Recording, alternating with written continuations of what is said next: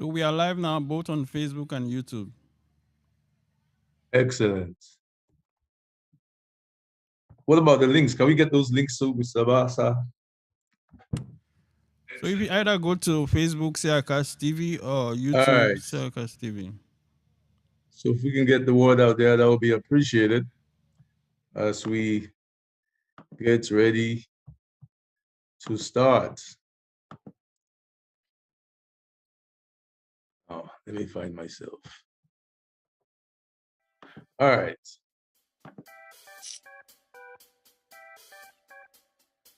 Would like to ask all our subscribers to stay muted. There'll be a part in the conversation where we'll ask for comments. At that time, we would open up the microphones. But good afternoon, everyone. Here we are again today in another week of the ongoing series of the African Express discussion series. My name is Amadou Masali, and I am your moderator in this discussion program today. Now, I think this is the third series, if you will, of we conversation them. I don't forget in a Creole for the talk this year. But anyway, this now we third series for engage the people of Sierra Leone on matters pertinent to we country, and we serve as individuals with our own rights for participate in we country in democracy. With the try for engage Sierra Leoneans who are interested in listening to the other side of the story in terms of our governance today. So basically, in the first meeting, just I'll just give a short recap to get you all warmed up as we proceed. The first meeting, we talk about the elections bill. Particularly, we've been talking about the national identification number. For a long time, Mr. Baj is share in opinion, and they go a lot deeper in terms of holding not just the government of Sierra Leone to account, but also people, Sierra Leoneans outside of that, including opposition members, including civil society members, and so on and so forth. So this is now a national accountability exercise. And like me, so we don't wait for the kind of country, for seeing the country change. I feel like within a crossroads in the country in transformation, as all in so they evolve. I'd always talk, say, Sierra Leoneans, now we get two options, well, two things to choose from. Honesty on one side and corruption on the other side, because all I needed clearly before we now, over the past few years with what has been going on in government and governance. Now, the second meeting been come and talk a little bit more about other things within inside the public elections bill. And then we also been talk about, Mr. Barr been talk about proportional representation.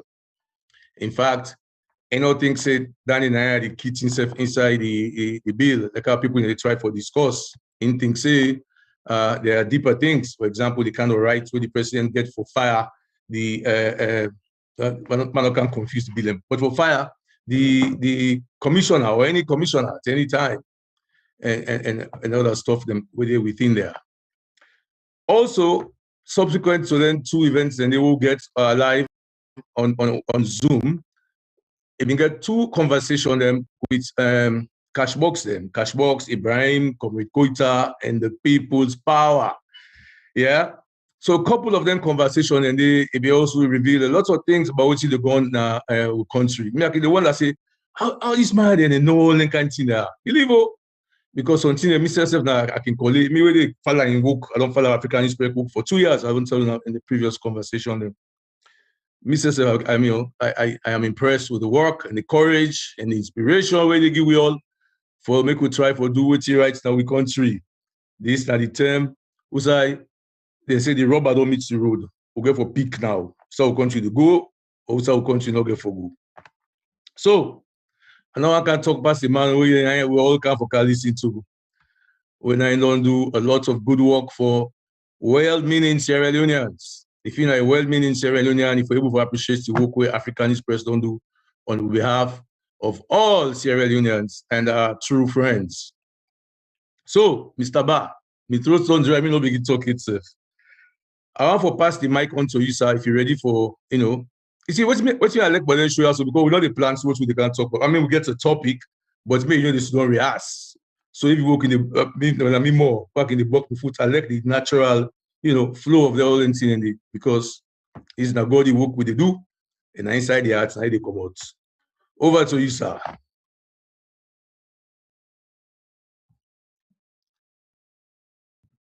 Thank you very much, Mr. Masali, and thanks to everybody who is looking at us online, and also those of us who are in the room, in the Zoom room, as we try for still shape the online conversation series.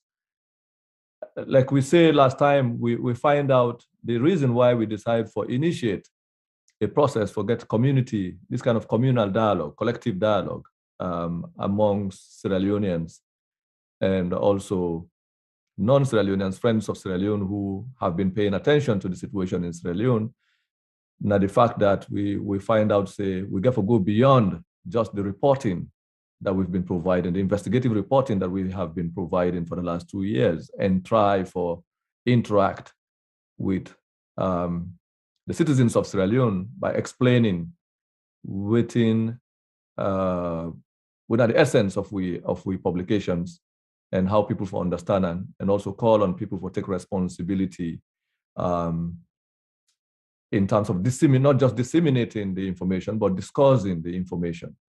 And this now, what we call citizen journalism, is an aspect of citizen journalism where citizens have to be brought to the process of not just information dissemination, but also analyzing and discussing that information and finding out solutions as part of a future pathway, how we want the country to go. My own orientation in terms of understanding citizen participation comes from the kind of discipline, the kind of journalism that I was introduced to, where I understand the media as an avenue, as a platform, a place where everybody, regardless of whether you're a journalist or a consumer of information, somebody where they receive the news produced by journalists, for also dialogue in terms of what information mean and how information can be used for the collective development of individuals and societies across the world. So in the past, if you remember when in the days of newspaper, when technology not been there as it did now, we've been getting with elders in communities, some of them I remember, where they will ask you, if you get a family who say, you're not the only person who go school, then your parent then go even tell you, say, carry this newspaper, read them for we. So you had a situation where people will sit by, like make circle. You get this one person where they read the newspaper and explain to each and every member of the community, whether in a village or household, within the journalists then say in the newspaper, within the happen. Those were the days when the media was pivotal to educating community, educating society in terms of the progress that was happening, events where they happen, and how people are affected, and how people understand what is happening. Some of that tradition don't they disappear, and it not just disappear over time. It also disappear with the role of the press itself. So now increasingly you find out that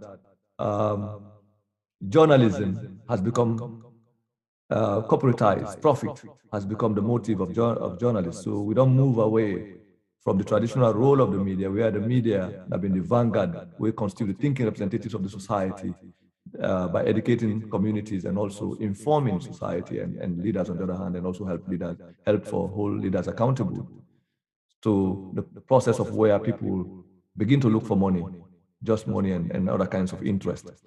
So this series that the African Express has introduced is an addition to investigative work in terms of upholding a tradition of journalism that is informed by its traditional role as journalists becoming not just part of the society, but also serving as both the thinking representatives of society and also representatives of that society for informed leaders about what people are supposed to do, both in power and outside of power. So I just want for to keep underlining that we still the struggle forget within the process for learn. This is a learning exercise for us in terms of with the distance where we get it different from so we all together at the market square and at the fireside and begin read newspaper or talk about what in the radio say to using modern information technology, use the possibilities that the technological revolution has provided to the world in terms of how to build that community of consciousness so that we're all going to interact and talk to each other about the things that matter and the information that we provide. So in the process, we even think about opening up different avenues where people will be contributing to news. You know, for the last, since we started this, I can't find out, say, even outside of my own network, there has been an increasing number of participants, people sending information to me and helping me for understand particular developments that were even absent. So I think say this is a very useful process. We not only expand the process of reaching out to the people and explaining to them what we report them in, but we don't also now they bring people them along in the process of investigation, in the process of news, identifying where the news is, where the information is, information collection. So I know go name individuals, but I know that I have gotten new friends and new volunteers who have decided that yes, they therefore also assist the African Express in the process of highlighting particular information. So we encourage all of those individuals who have that opportunity to be free to participate in the process one way or the other. You have our trust of protection as well. Outside of our own network and arrangement, we're ready for listening to citizens regarding what they think is their own effort to contribute to the process. I therefore post emails and also reliable phone numbers where citizens will be sending their information and direct their concerns or questions to me or to the African Express at any time. And they are guaranteed of that protection, that security protection of their own identity. So no need for afraid for that, because we realize this is going to be a collective, yes, a collective effort of everybody.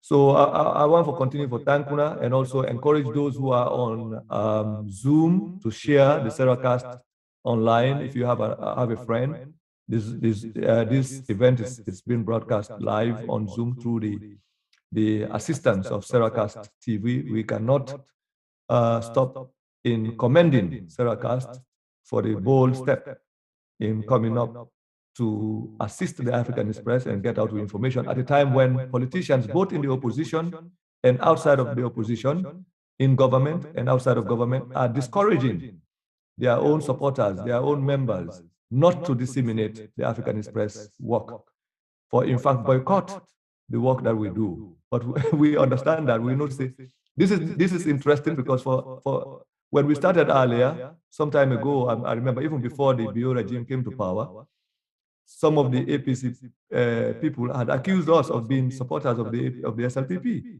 that our work was basically a work that amplifies the SLPP's agenda, to the extent that SLPP politicians and their journalists reproduce verbatim some of the work produced by the African Express. So when that group came to power in 2018, they made the African Express a target of their own assault, all kinds of slanderous, misleading comments against me and the work that we do in the African Express, to the extent that then we saw the APC, which had accused us of being sympathizers and supporters of the SLPP, volunteered to share some of our work. So, but as we inch closer to the election, the greater majority of that sector of the population that is part of the political groups in the country, finding that their interest is not represented in the work that we do, or our work is a hindrance to their own interest, are now launching a campaign overtly and covertly for disturb and prevent people access to information. So when I realized since April, we also noticed that effort. We noticed, because our role is not just to investigate what politicians are doing with public money or how they intend to enforce a culture of dictatorship and maintain the status quo in the country, but also our intelligence include for find out exactly what politicians are doing behind the scenes to frustrate and gatekeep that information. So we get a hell lot of information regarding the collaboration between not just certain sectors of the opposition with the ruling party, but also an effort to destroy our own work. So since April, we have also been working continuously for make sure say we remain accessible to the general mass of the country. And why I say this, because when I notice a change in my own individual approach and also the approach of the press in terms of not just the production of information, but also making that information accessible to the ordinary Sierra Leonean, whether you are educated or uneducated, whether you can read or not read. So this is why we took the moves that we have taken since April. One of those methods include summary updates of what we do. In the past, we used to write long essays of a minimum of 1,000 words or more. So now we've reduced that. I noticed a change in the pattern of communication because we realized that we have to be on a roller coaster operation because increasingly there's an effort to roll back. We know these individuals we've mapped out, and we continue to map out this ongoing effort by the establishment, the ruling party in power, and their supporters, not just in the media, but also in opposition parties. So, and some of these people are our friends. And I am personally, for me, I don't learn a lot about Sierra Leonean society. I keep learning every day. I keep getting surprised. I keep getting angry. I keep getting annoyed. But I try very hard, make all of those experiences, frustrating experiences, not destroy my determination and my commitment to the country and to the people of Sierra Leone. If anything, I as demoralizing sometimes as it is, as daunting as it might become, I also rise up to the challenge every given moment that I'm challenged. So I believe even the people who are engaged in this effort for rollback, we walk and fight with, they will be very much surprised by how much we are determined to go. But so I say this because I want to share with you, I say, we serve as people that want to think they're on the front line of this process of producing information and disseminating information, informing people. We also have our own challenging experiences with this situation.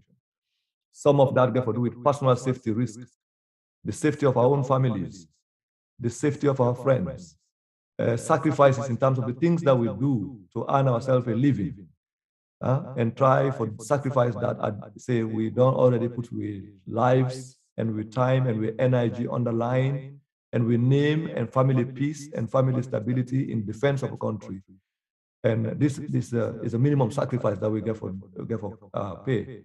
So I do not have another opportunity of telling you some of the challenges that we face. So every moment that I get that, I have to state that up front.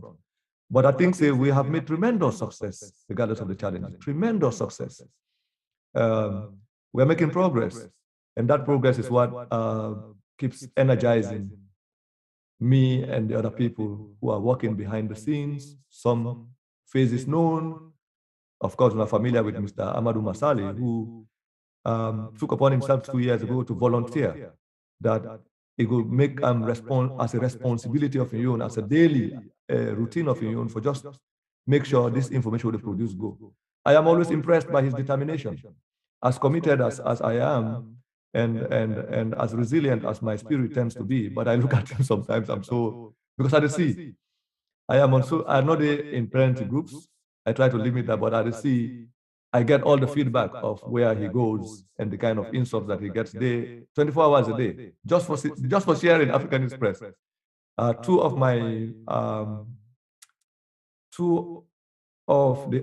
two young people, for example, share with me today a stunning response. One of them shared a message, short message that I had sent saying, encouraging people, you have to pay attention to Parliament. And he shared that information at a particular group that he believes was largely an APC group. And he got insulted and even deleted from the group.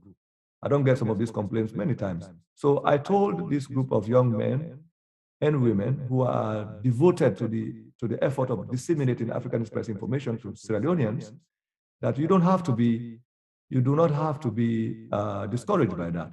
In fact, when the political establishment as a collective decide to respond to it, we should be happy because we are being accused repeatedly that we are either for one party or the other, when in actual fact, them political groups that exploit we work for their own benefits. And when they realize it's not in their interest, they come back at us. So when by January 2021, some of the youth, some of the barrage of people who came to share our work, I was amused. So one of my other colleagues called me, say, "Oh, this is amazing. The people who insulted us some time ago before 2018 and now the people who are sharing our information." I said, "Yes. Our own role is like a disc jockey, like a DJ in a club, where you play one set of music, everybody comes to the stage and dance. You play another set of music, some group of people will remain on the stage, other people will sit down. Sometimes you play music, nobody is going to dance because the music is not pleasurable for all of them. But the role of the DJ is to make sure there is always music on the dance floor, where, you know, whether that music is appreciated or not. You have to make sure the dance floor is not starved of music. So as a journalist and one that critiques, whose work is to unravel the unpleasurable things, the things that politicians do behind the scenes, whether it's political intrigue, whether it's corruption, political or financial corruption, I know that my work, when it is appreciated by a group of politicians or a politician in particular, is a matter of coincidence. It's not because I am in agreement or that politician is in agreement with my work, but at that material moment, either my work helps that politician in his or her own struggle within his political party or against the state in its pursuit for power. So I expect that any moment again I publish something will affect that politician's interest, whether a family, friend, or political or economic interest is going to be annoyed. So I don't get disturbed by those kinds of things. I say this to Una, for me, Kuna become resolute in the process of information dissemination. We don't come at a critical moment. In my 20 years, minimum 20 years of practice, begin to write in newspapers and all of that, I am encouraged by the level of progress we have made in making sure people do not only get informed, but owning the information, taking up the information as their own. Clear example of that was these 3 weeks, where we had to bring the people directly, or bring Parliament, force Parliament directly to the people of Sierra Leone, face to face with the people. It has never, in my own time as a journalist, maybe other people experience, but in the 20 years I've been reporting on politicians and political activity in Sierra Leone and other parts of the world, this was interesting to me to see in the first place when we highlighted the fact that politicians, MPs in Parliament, were having a secret conversation to pass into law legislations that will affect the constitutional rights of citizens, both citizens' right to vote or to be voted for, and our right to form political parties. When I highlight that conversation had happened, started on June 20. In fact, around that time, the whole of the country and even Sierra Leoneans in and out of Sierra Leone were made to focus on only police brutality and the arrest of musicians and their, shaving and all of that. We knew there was already a process in motion to pass in legislation that will affect, that will impact the elections. So we stayed away from that kind of noise and conversation. Now watch, I never posted anything, not that I'm not concerned about police brutality, but I believed at the time, if Parliament was concerned about police brutality, they had the power and the responsibility for invite the Inspector General of Police. Because the random spate of violence, whether it's orchestrated by the state deliberately in alliance with its own people or not, they should be concerned about the image of the country. But at the Teluna, the government don't become so desperate for get a second term, they don't even care about the image of Sierra Leone anymore. And because they don't care about the image of Sierra Leone, they orchestrate things that water down the image of the country. Okay, they have conversations, they don't care. So as long as they hold on, it's a Machiavellian approach where you say, we can do evil as long as we get your own objective. So do evil that inverted that good may come. In this case, we don't mind for put the country in image to the ground as long as we hold on to power. I don't know if my phone if I'm still online. Okay. Can you hear me? For some minute, I think somebody was trying to kick me off the Zoom. Well, so, you're good. No one can do that, but Abjad to I. Okay, so these are the process. So sometimes when conversations emerge, I even get people away, they call me for force me for talk about particular things, for post about particular things. But what those people do not understand is that my own intelligence goes beyond the ordinary events. It goes beyond what I produce in terms of the money that is being stolen. It goes beyond to the extent that I am able to find out in certain ways what politicians are animating as a form of distraction to the public. So I don't get, I won't say anti-day to them, because I say these things publicly for them to understand that. And this is for those who they use to call me, to get me seduced into conversation, that I refuse to be dragged into state orchestrated conversations, because I already have a forehand knowledge of how those conversations are planned, how they are being initiated, and the people with the plan before it comes to the public, and the public is seduced into it. So if you don't see me, whenever you not see me, they write about something or post about something, because this is why I don't do it. Because sometimes there's a risk that they might misinform you that somebody has been arrested there or there or there, and I refuse to comment about it. It's not because I'm not interested about when police carry out injustice or when injustice is carried out by a particular group of people, but because I know, say, we don't arrive at a time in the history of Sierra Leone where if my brother tells me, comes with a police officer in front of me and tells me that this police officer has arrested him because he don't violate traffic rule, I will go investigate first and find out how that traffic offense happened, how he managed to commit the traffic offense, and how the police officer come and arrest them. Why I have to do that? I have to find out whether not to and the police officer go to Napna Client Town and decide, say, I can't drive in motor car past na Client Town, I violate this one-way traffic, so you go arrest me. So that we'll go to my brother, make my brother give you money, bribe you, so that later we'll go shape the money. I hope this analogy comes close to what I'm trying to say. We therefore now investigate not just what the politicians in the tell we or what they see. We therefore investigate certain events or no. Okay? So we therefore go beyond the official narrative. We therefore go beyond the media narrative and find out exactly beyond these narratives what is happening behind the scenes, how things happen. It's not just the event that is in front of us, but how that event comes into play. Because if we fail to do that, we go miss particular things. We risk being miscarried by the rogue nature of the establishment now. And this is very important for us to understand this, because it is natural. As a father, I will be drawn to emotional. I will emotionally react when I see somebody in Peking in a bad state. Okay, if I see something happen to Peking, naturally I'm Peking I remember about. So the natural human emotional reaction to particular events is that a natural thing. But sometimes it's so it's difficult to do to cross your emotions away and say, let me look behind what I just see in front of me. And for me, for the investigative journalist, that is what we have to do. To not just look something on the surface, but to go beyond that. And that requires serious emotional control, serious discipline, self-discipline, not to be seduced or to be miscarried by the state and state propaganda. I don't say a lot in this, but I just want to say this in thanking all of you in your glorious response to the African Express call for making a voice on our opinions and direct our messages to our elected representatives. Before I turn the thing over, because I want also hear people their reaction and their contribution, how they experience last week and how they see Parliament before we get into the actual conversation regarding the second term agenda of BO. What I want to discuss today, now what I think say and believe say, now the program where Mother BO and the SLPP government, they set in motion for get a second term. Everything you see now in Sierra Leone, it's not just about how to make things right now, how the government will remain in power.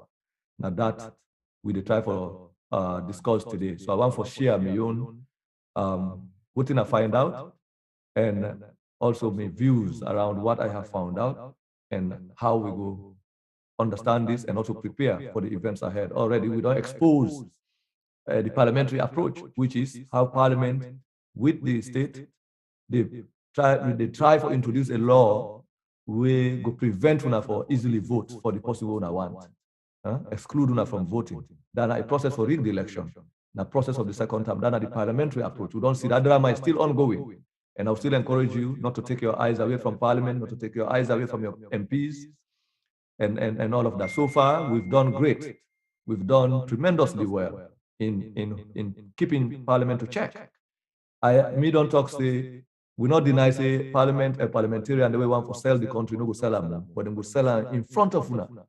Okay, in front of the public. That is my own decision. That if any trade-off is going to happen between the politicians, whether they're in opposition or not, or factions of these opposition politicians in the country with the establishment, that trade-off is going to happen right in front of the market square.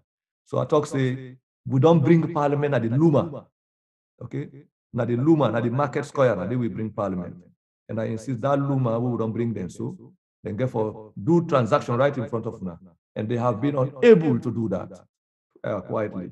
Why I decide to do that? Because I want to make una know say, these sacrifices when I don't make for the Read Africanist Press, for wait for the information, 12 o'clock every night na salon who they produce every week, Sunday to Sunday, when they share, when they make audio, when they share, make that effort. If they go in vain, na go know say that the politician they will put na trust on, na then sell, and not because we all not try for bring relief, but that relief, what stand between una and for free una self from this pain, una don't experience.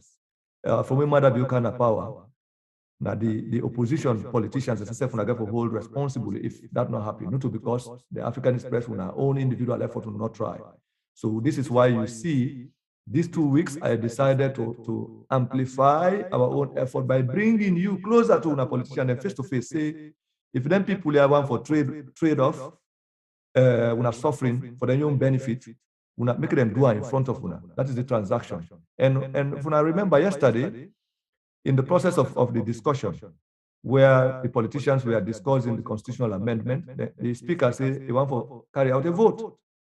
Interestingly, the opposition politicians, when they argue against that, they refuse to even stand up to be counted. We can't discuss about all of that because I want for you how to experience how to see. Now, there's a tendency for we way to support some of these politicians.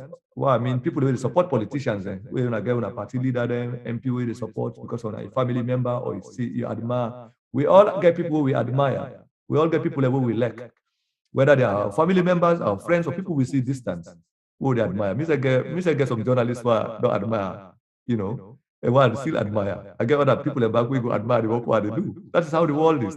But I cannot support anybody when I know say what you are doing is against the people's interest. Even if you are my family member, I will not encourage that. That are the standard what I set for myself. I do not support an individual because of we come on at the same town, we come on at the same village, me and you are the same family, me and you are schoolmate. I first and foremost have to examine whether what you are doing is in the collective interest of everyone. So that's our principled position. We will discuss this all in one go, but I just want for express my appreciation for Tuna for the steps that you guys took in messaging. I received a lot of messages from citizens. Some I know, some I don't know, who message me directly, sending me screenshots of their messages and audios that they sent to the Speaker of Parliament, to other members of Parliament, opposition leaders, expressing their dissatisfaction or their dislike of the public elections bill. Now, on yesterday, the Speaker started the debate, the discussion of Parliament, by directly commenting on my call, without necessarily calling African Express or me, but by what people say call a pull hint. Not to hint, me not call a hint, because he was speaking directly to our call. I want to remind us, say, the call that we made, asking the citizens of Sierra Leone to speak to their representatives, including the Speaker of Parliament, and sharing their contact details, is nothing that could be considered an offense. That is how democracy works. Okay? If the Speaker of Parliament was never in Parliament representing the people and is paid from our taxpayers' money, we have no business sharing this number. We have not ever called him. We have not ever called Dr. Abbas Bundu ever since. We have not ever called all them people ever since. But these people are not doing us good. They are working for us. They are our employees. They are employees of the citizens of Sierra Leone. In fact, The power they have in Parliament is a power that is given to them by the people. So when we ask them to call them, we basically ask people for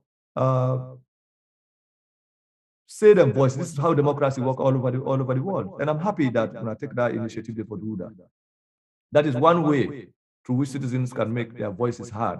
And Ashona, it really produced the desired result because Nayeri, the speaker, was so annoyed with me. He said our efforts is called me reckless. But because these are people who are not accustomed to conversation, because democracy is about civic conversation. Democracy is about talking to the people. It's an engagement between people in power and the citizens. So when citizens decide for message you and call you and say, this is what we want, why will a politician or somebody in power be offended by that? But the speaker translated the voice of the people as a harm. Okay? For 4 years, this parliament don't pass several agreements there. We don't cost the millions and millions of dollars. We therefore begin show some of these people that I've mentioned in some conversation. And they not consider that as a harm, but they considered your effort to tell them what you want this time, directly tell them what you want as an offense. Okay? When they sign an agreement, granting companies and corporations, for example, they signed an agreement on March 3rd, 2022, we give a company the sole right for 15 years to produce ID cards and national identification numbers. That company has a vested interest of the president. That agreement was never advertised, was never put on competitive bidding, no tender, nobody knew about it. I will show the agreement again today. I showed it last time. And I see the amount of money we're going to make from there. They no ever talk say that is harm. They never talk about conflict of interest that some of them have in some of these businesses. They don't consider that harm, but they consider our effort to tell you, tell your representatives what you want. In other places, there should be suggestion boxes in terms of where people would definitely contact their representatives and tell them what they want. But now we force these parliamentarians to work all over the country or make a line meeting on all sides to say they're opposed to public proportional representation. They were not even talking about the dangers in the bill. So I want to make una know say, wouldn't the speaker talk about, don't pay mind to that kind of threatening remarks. There's nothing here that's criminal. There's nothing of a crime that we've committed in just voicing, telling them what we want. What is the crime is their own role in the destruction of Sierra Leone, in making sure that they pass laws and legislation that have cost the people economically, economic loss to the country, which they are not even talking about. And we therefore begin to show examples of some of those things that Parliament has done in these 4 years that's a disservice to the people of Sierra Leone. I'm willing to take them on and take them on with concrete evidence, not just voice. I decided for using voice now because I want to make people understand the angle that I'm coming from and what is the essence of this. Because I realize that there is always, when you write, that people, they talk about what you write about. So now I'm my own responsibility for take on. And they don't want this. That is why they made sure all the radio stations in Freetown will not interview me. This is the first time in my whole time, this 4 years, Mother Bio's time. And now I've come to learn it's not just the Bio regime, it's sectors of the opposition that's working with this government to keep the people under the current predicament. They don't want to accept that. Those are the people who are frustrated now. If we decide to use this effort now to say, let's reach out to the people. So I want to thank Kuna and pause here. It's a long opening, but sometimes myself will blow mind small. I want to know how they feel. Yeah, if you don't have a way of telling people what is the burden of the sacrifice that you make, the feeling, that pain, it risks killing you. Because sometimes I talk to Mr. Masali about the Herculean task that we face, the challenge that we call Sierra Leone, how distinct our country is in terms of the greed and selfishness. In fact, I shared this in a brief communication with Mr. Boy Jalo Jambori, I think it was yesterday, if I am not mistaken. We talk about how Salone, the country, make it just say, you don't finish. They don't finish in the sense that we do not have people, even the intermediate or young generation, that we depend on in building a future. the way how they ambitiously not care about the each interest of the country, but just in pursuit of their own material and political ambition. It's scary. So this is not the opportunity no more what I get for telling them behind the scenes how I feel about some of the work that I do. And I'm forced to do some of these things because I realize, say, perhaps if we not do this, we'll not take this risk, we'll not do this kind of sacrifices, we will just be leaving ordinary people at the mercy of these politicians. That is not to say I'm not an ordinary person, means I'm an ordinary citizen, but perhaps God give me certain skills and certain opportunities for use then skills and they for helping get access to things that you do not have access to. And I assure I commit myself to do this. I will not be discouraged by any of this effort. Every effort with the government make for frustrate we, I will make 10 times effort for make sure that my work goes to you, the people. And I'm calling on you to also help in sharing this information and discussing it both in your dining table, at work, with your friends on the street, in the entire basis. That is the least you can do, but it's no small effort. When I am in my dining table with my family, this is what we discuss. When I'm at work, this is what I discuss. When I'm walking on the road, this is what I discuss. If you're not possible, I talk to you, know this is what I'm 24 hours. I spend almost 24 hours of my day talking with my family and friends that I talk to, just talking about how difficult this situation has become in Sierra Leone and the challenge. I can choose not to do this. I don't need to be worried about this for make us survive. It does not pay. That is not where I get my own source of living. But my comfort alone, my individual comfort, is not enough for me if I look at the country is going the way it's going. I feel morally obligated, individually obligated for contribute to this. So as Namiyom Blomina, they do so now. But I want to stop here and allow the moderator to ask people that made them contribute. I want for Yeri how people experienced last week, what they think about the initiative in terms of calling their representatives, what did they learn from that kind of suggestion and action, and then we move into perhaps the next hour we talk about what are the plans that we have to look into, which are we think say the government ahead, putting a how Madabio plan for get second term, and what we can do to also make sure we have a free and fair election. And I believe say many of the people who are listening here, if anything, we all agree on that we don't need this kind of terroristic government in power in Sierra Leone. We do not need politicians who think that citizens cannot talk to them, who thinks that when citizens talk to them, they are committing harm. We don't need a government that loots money. We don't need a group of politicians who think that being in power is an avenue to loot. We don't need that. So if we all agree on that one, this conversation that we're initiating is about helping people to understand how to stop that kind of a process from ongoing. So our role, the reason why we write about corruption, and for make sure say a government that is corrupt is, has to be taken out democratically by people. It's your right to vote for leaders who you want. It's your right to vote against leaders who you want. It's your right to look for the best kind of government that you desire. Okay, it's your right also to vote against a government that you do not want. It's also your right and your responsibility as a citizen to campaign against a government that does not mean well for your country. So what am I saying? In the accused people saying a regime change. Nobody wants a regime that is dictatorial. So if you do not want to live under a regime that is dictatorial, it's your responsibility to work for a process that allows a government of your own choice. And I believe I do not want to see my country governed by individuals who have no regret in looting the country, in committing all kinds of financial and political atrocities in the country. I do not want, that is not the country I want. I want a better country. I want a country where people can have conversations, disagreements about what they think should be done to make the country better.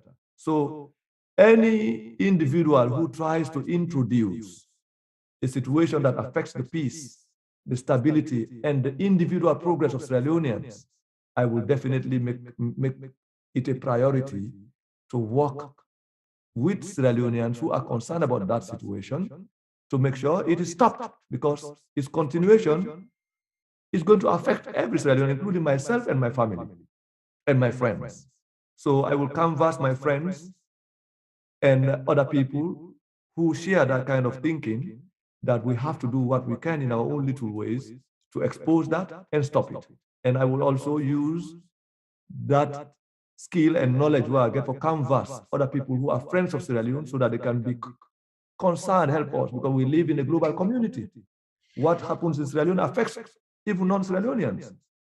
So now responsibility also for talk to friends that we know who will help to highlight the problem that we have, and also help we as a community, as a global community, for assist in making sure we have a proper democratic environment where citizens' life and their liberties can be respected.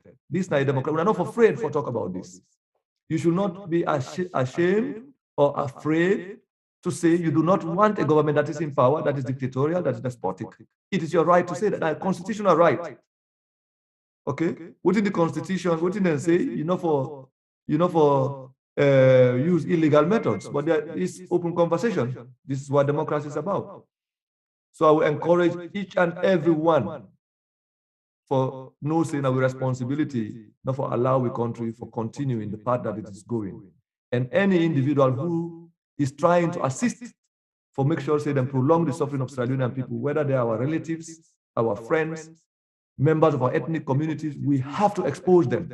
We have to expose them and hold them accountable, because in the final analysis, the future and stability and progress of Sierra Leone is more important to everybody than even we own individual interests. So I want for re-echo that one, because we need sometimes for state we own positions and clear. I do not make any pretense in terms of where I stand on the Sierra Leonean question.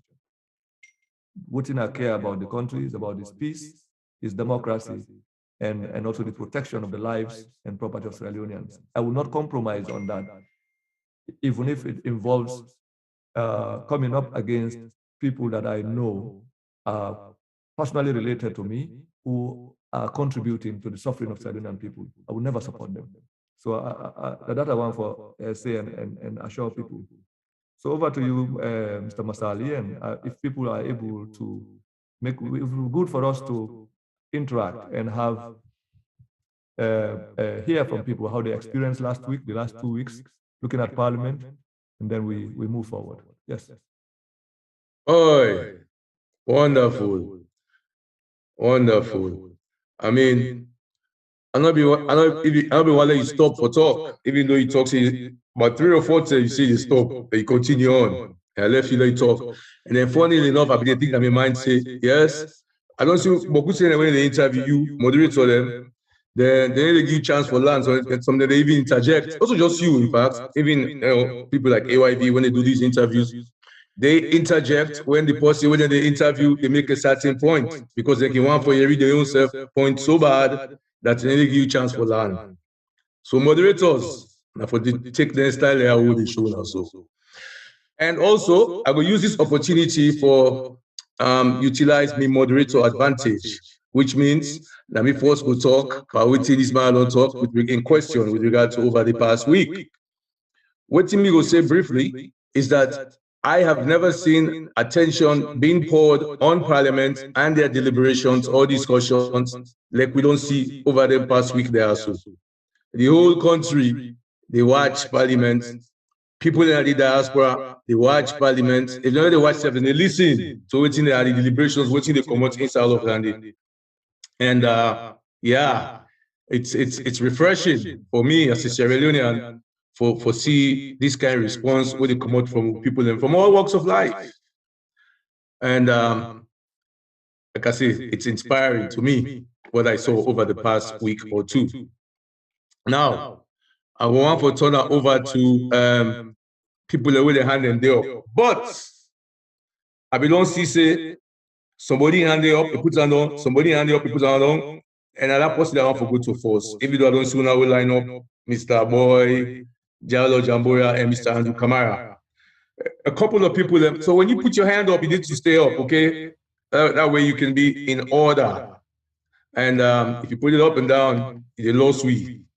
But with that said, Christine, I'm not sure if Christine is talking to you, but are you first as you put your hand up, Christine? So if you want to say something before everyone else, because I saw your hand up go up first, you have that. If you want to pass, we will move on to the next person. So Christine, you have 10 seconds. Can she unmute herself? Maybe not. I will ask her to unmute. I did ask her to unmute, but for some reason. All right, so let's move on to the next person. Scan Afrique, all the way from Norway. You're on mute still. Unmute yourself. Give Mr. Andrew Kamara the chance. He was first before me. Well, they put your hand on. I make you jump. No, they up, your hand there. Let go first. I go come after her. I go come after her. Okay, go to Andrew. That's fine. Andrew, brother, don't give you the picture, so you go first. Yeah, good afternoon, good evening, good morning, all over the world. This is Andrew from Sweden. And I want to say thanks to Mr. Masale for this platform, and to Mr. Ba, and also to my brother in Norway, Mr. Jalo Jamboya, and to everybody for the time. Like Mr. Babi, they say we all become aware about Parliament because of the continuous effort where people elect now they put, and especially to the Africanist West. It has been very difficult for the past years, but it stood in ground for make sure say things work in the way I for be. We get very few people away selfless. We patriotic to this extent, because if you think about the way the country they now, and even before, your life always they in danger where they do them kind here. But Salon need them kind people here for make reach the level today where everybody that admire all these parts of the world of the UK. UK now, within this period of mother view, they don't change almost 3 prime ministers. The third one was few days ago, Boris Johnson, where they just forced him to resign. The reason being because they uphold the rights of democracy and then value the voices of the people there. So therefore, Salon, that kind of Salon they want for see, not because na Africa. People can say you get for compare like with like. But Salon, a country, na so then UK, they make a start. Like we. There was a time where people be the think say when we go get to who say America day today. But that ain't very simple. It's just about people for put the country first. Forget for think about yourself, that self-centeredness, and also understand the fact say their leaders and we elect them. We get right for question them to some point. I be follow the point where Dr. Abbas Bundu, we open the parliament, he start the debate. First thing we discuss about the Africanist press. That tells you the message of this man, the past, it resonates to them. And it enter the ordinary Sierra Leoneans. This is not the first in the history of Parliament, like they say, where the people get so much concerned about waiting to happen at Parliament. Why? Now, because people elect they work not just behind the scenes, but also in front, for make sure that every day they follow this man in page. Now, Facebook, it write almost every 2, 3, 20 minutes. They can inform me, say, we will not forget to parliamentarians. We will not follow the conversation. And because of that, the disease say, this never just passed that bill inside 1 hour. They forget about that. But it's been 3 days now, even today, they're able to reach at conclusion, don't postpone them back. Maybe tomorrow back, we will come back and push to another point. But all that, all said and done, we just want to continue, for call on Sierra Leoneans, home and abroad, for maintain this conversation, for continue, for contribute, not push yourself behind, make we continue for push yourself forward, and continue for talk to with people, especially we where they are. Even in as much as we work, we're busy, we get for work, but also this time we spare today I'll be listening to waiting Africanist players just the same yeah. It's very important. The 1 hour, 2 hours we despair, it mean a lot. But again, the contribution we they make in that country, they is more than the money we will make within our jobs there. So I'm for tell you, thank you for this time and the opportunity. Make we continue for push. Salon no go better today, but tomorrow we get a better salon if we continue for contribute immensely towards the development of that country day. I tell you now all thank you for the time. Thank you, Mr. Kamara. Thank you. I appreciate the fact say you committed, as you say. Yeah, I don't know if China want to respond to that money directly, because it did send some encouraging words. Yeah. I think we just left people there. Say, let's hear people's individual voices as much as possible. Then we'll kind of sum up the discussion. No problem. Cousin boy, you ready? Yes, sir. Thank you, sir. All right, bro. You get his mic. Me na Democrats, now I make allow me come in Scandinavian. Here na social democracy with they live on. So we know how to respect each other. Sierra Leone, they go through trying times. And for those of us like Mr. Barr, Mr. Masale, the people that we now we gather, this is both a thank you and a time for make we wake up to certain realities. Last week, we talked about state capture. Me and Mr. Papa, me big one, we've been talking about how many times we don't get state capture in Sierra Leone.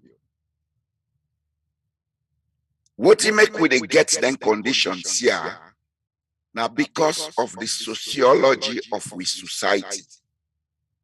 Do you are big, and I want to talk big English now, I go broken down. You see, society now a living organism like mortal man, and they think. The way society they think, now so the society they become.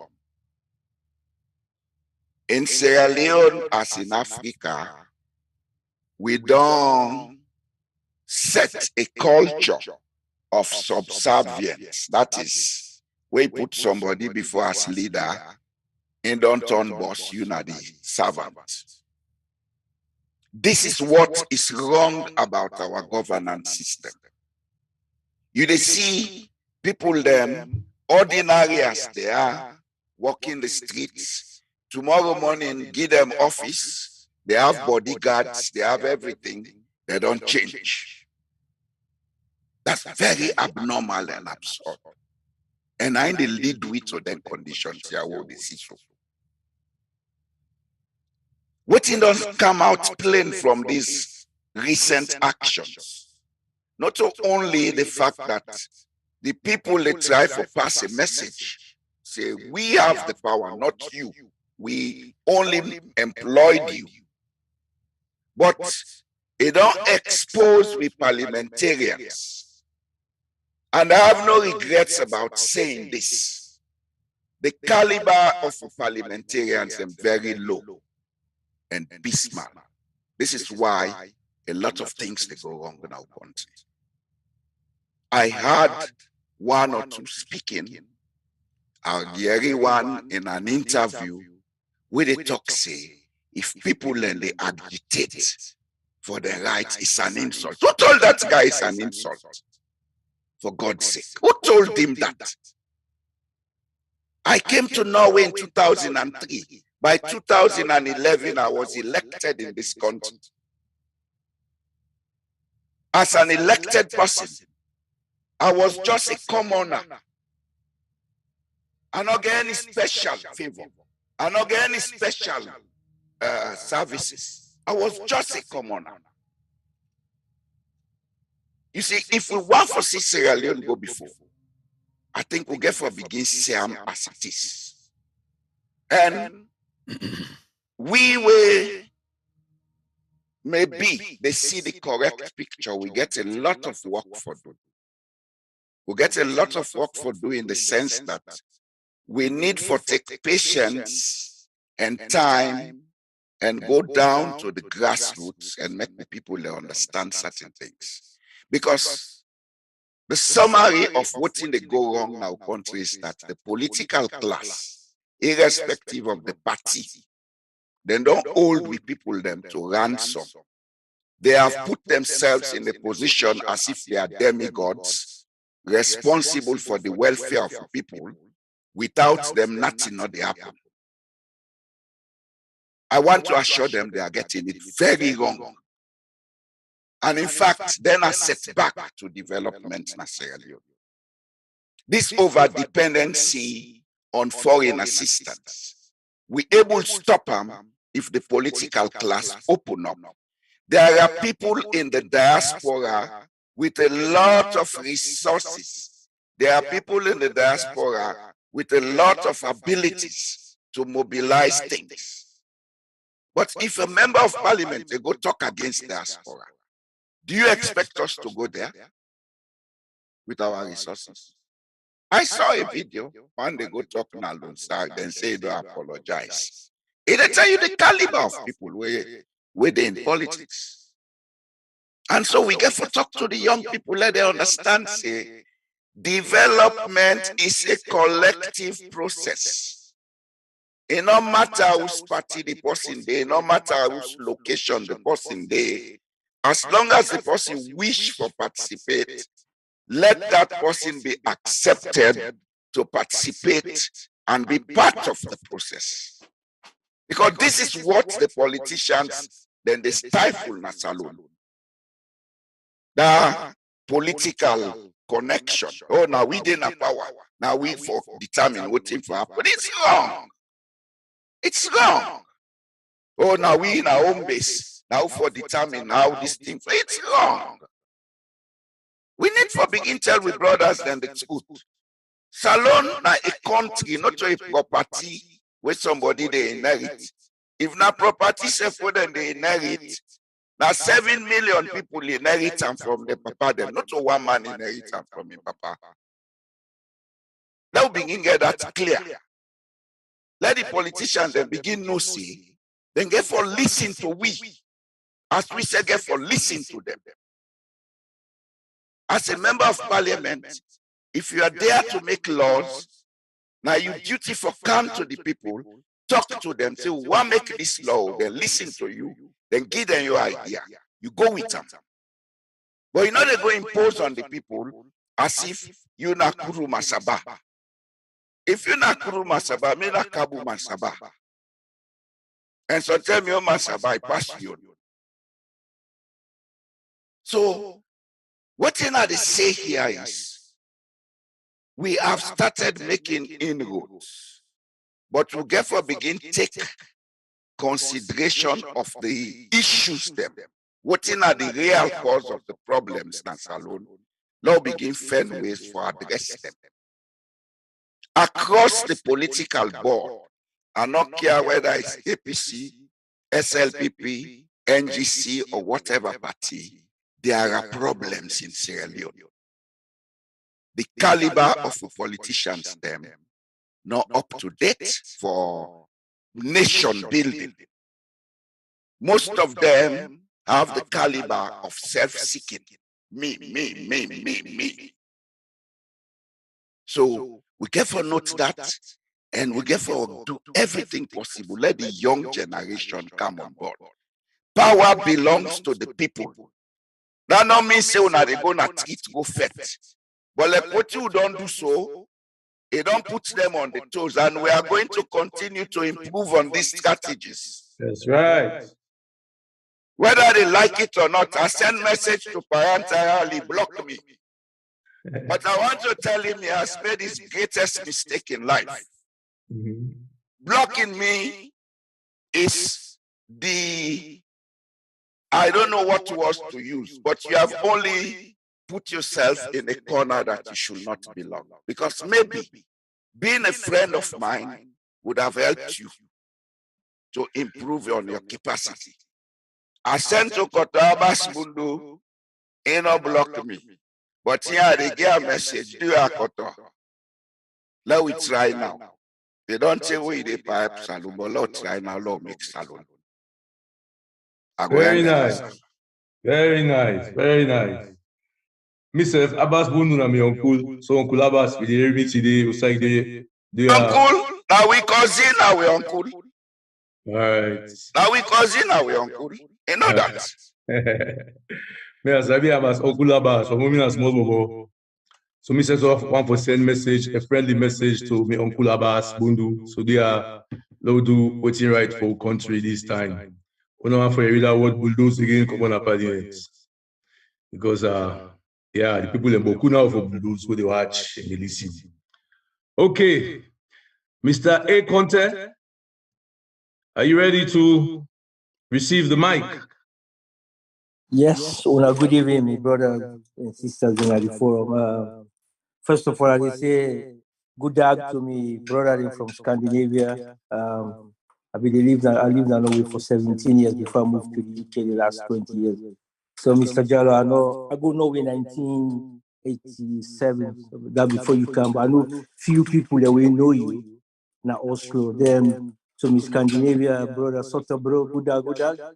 So, Mr. Ba, first of all, we make dua for you, inshallah. May Allah put barakah in this work you do. Because them people here, they don't destroy so many generations. Me now one of them. Because for me, you left your country at the age of 17 for camp because you see hope no day. And not to me don't day at all. I go visit where somebody talks. He said, I don't look the country inside and out. He said, the chance for come better in this country say it not day. Why the corruption? And Mr. Jallo from Oslo, from Norway, because Scandinavia, then democracy, they see how things for work. If you come on a country, things they work properly. It's painful. Look how country don't go behind. Look how country, why the corruption? And a taxi driver close to Heathrow meet up one Indian, Kenyan. He tell me, say, Abubakar, he say, the problem with the leaders in Africa, they born there inside corruption, then grow up inside corruption, and then get power, they are corrupt. He said they will never change. But this thing, Mr. Ba, where you don't do so, where we able to push the message, because all me years, I know when the nearest I don't go inside parliament, I for go calling on the minister, then they go for go debate for the parliament, they open. But now I able to see inside, we able to follow. And we know for relearn, for continue for ping them, continue for send message to them people. Let them say we did. We'll not go back down now. Because if you look at when you start for doing the things then, you begin do your publication. And when people look at what things they happen, the same way them they allow, they can't go interview and they scroll out. Now the same way them they thief them bad things. So the distraction was for create tension. But from where you begin hammer them, you see say that tension they reduce small. Because they don't say somebody they will don't check them at the backyard and they not be expect anything in it. So me no say by God in power, inshallah, we get information now. When we get for go after them people and today I didn't one forum where I tell the people in the forum say whoever they in the UK go meet you MP, let you lobby for criminal, the committee, the department they look at unexplained wealth in the UK. Let them look at the records of many money transactions from Sierra Leone to the UK. Because some money then sit on accounts and we not for day. Let them get hold of that day. Because if one person will go talk, but if 50 people then talk to 50 MP, then go write a letter. So we all get for calm. That's how we don't, whether we they don't destroy the country. So if we not stand now with ground, we will go down with they either die and they die so. So like Abbas, we look at the age from 1982, where they come aside and carry recruit them now London for go stand. They don't even look at the things them and they inside doing business. So the thing is, these people are corrupt, but now they don't fret because the way it talks to parliament, I laugh tell me belewa. You know, call the name no more of the African Expresso, but we all know say that you be the gear.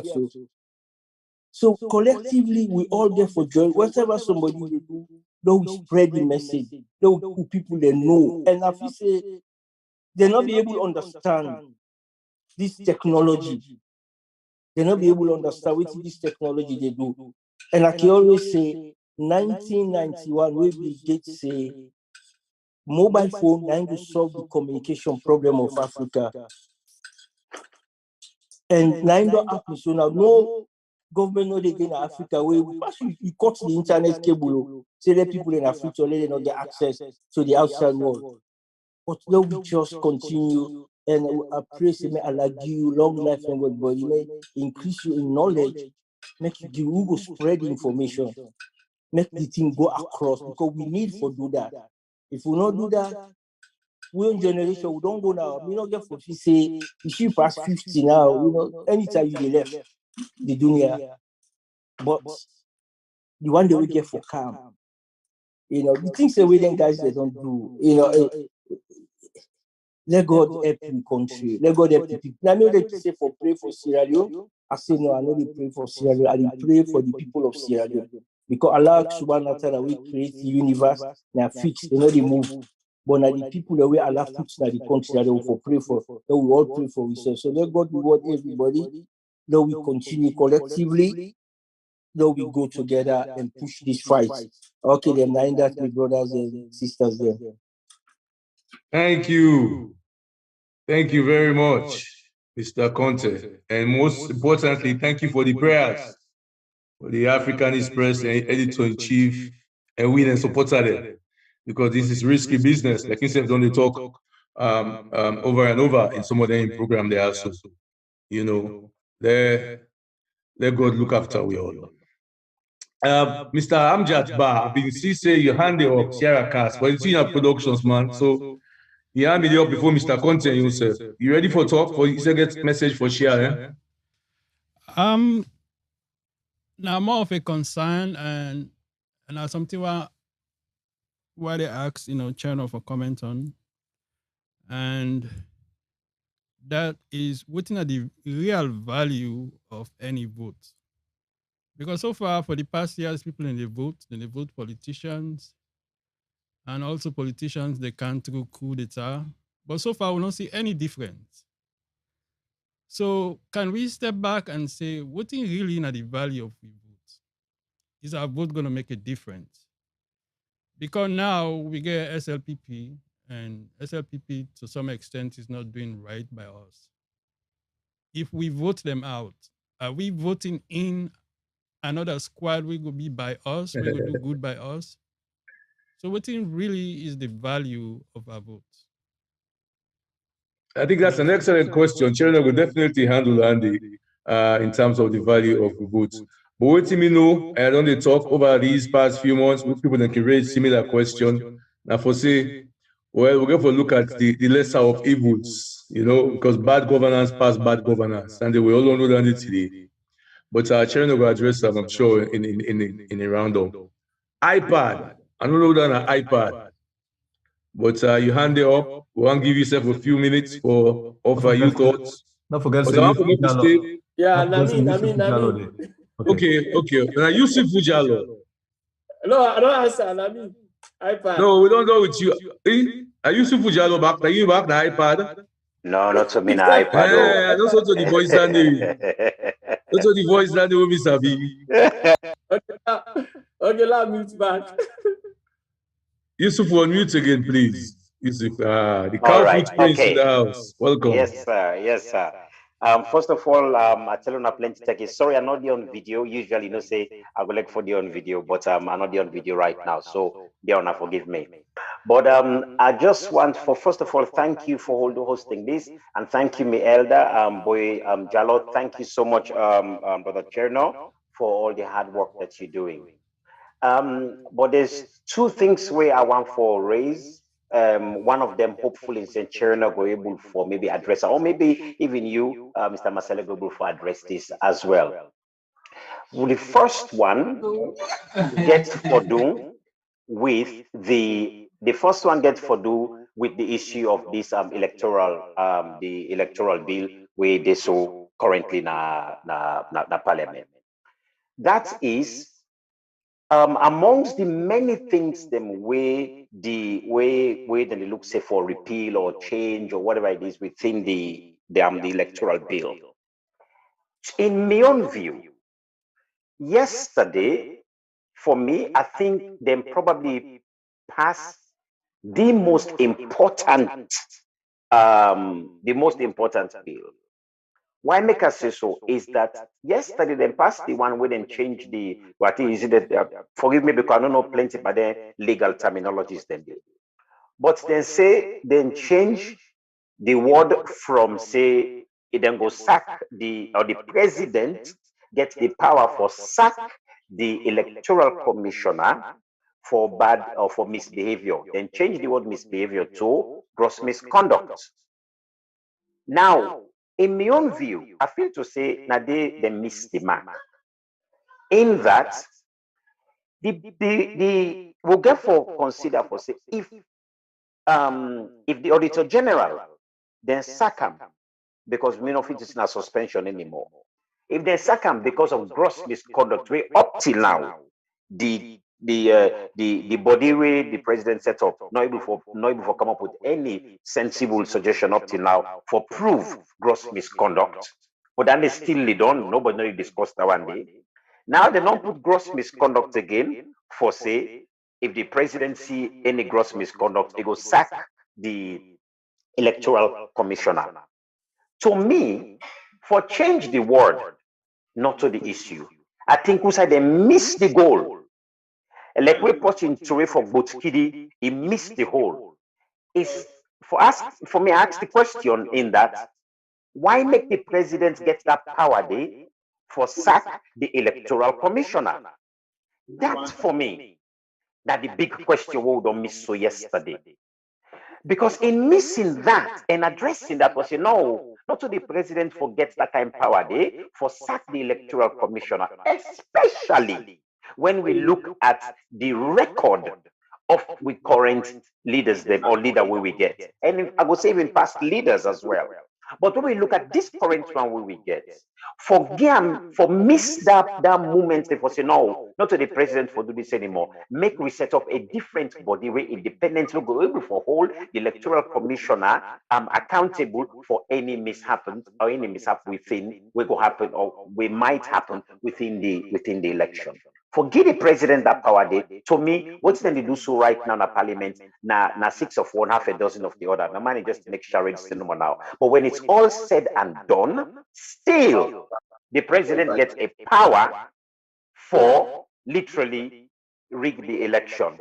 And it could be Mada or it could be any other president. Now, so that's the first thing we probably should say, Chair Nobagwe for explain a little bit for we or anybody we get the better knowledge politically. But that's for me one thing where I read within that within this whole electoral saga, bill saga where they go on right now.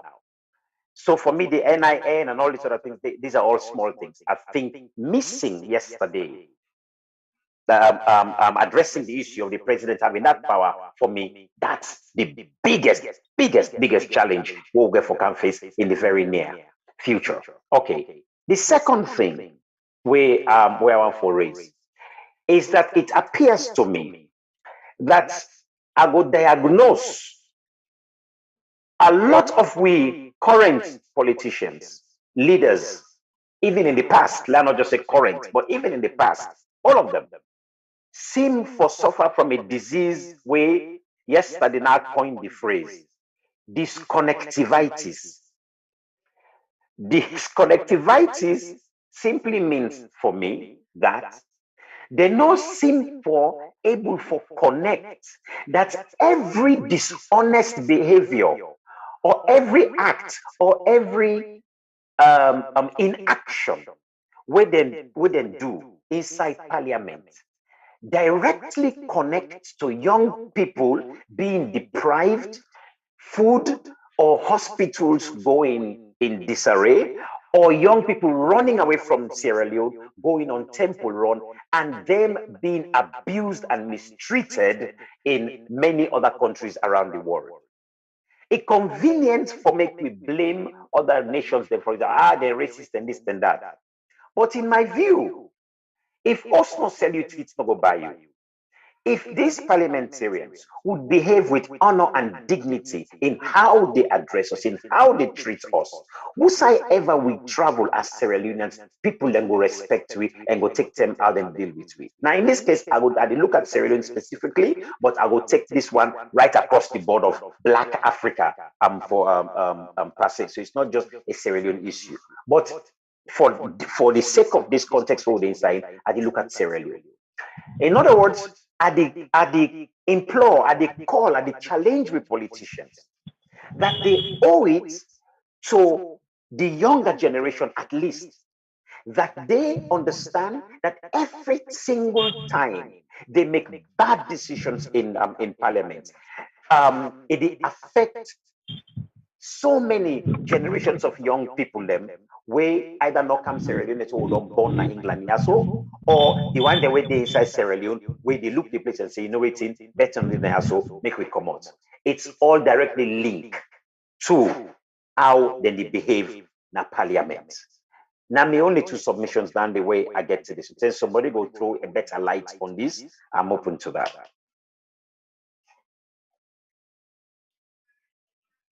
Thank you, the cow footprints. Thanks for those submissions. Now, Chino, we don't get quite a few people that don't make them comments. I hope you keep tabs of all and the question that they raise. So, in the comments no more. But to get a couple more people, I wonder if you want to take more or you get enough meat for chew now before we move on to the next segment. And then we can catch the other two people then later, Abubakar Jallo and Ibrahim. Maybe we take them through the day. Then all right. We go sum up. We go open the conversation. Then after that, now we get the last round, if possible. That sounds fair.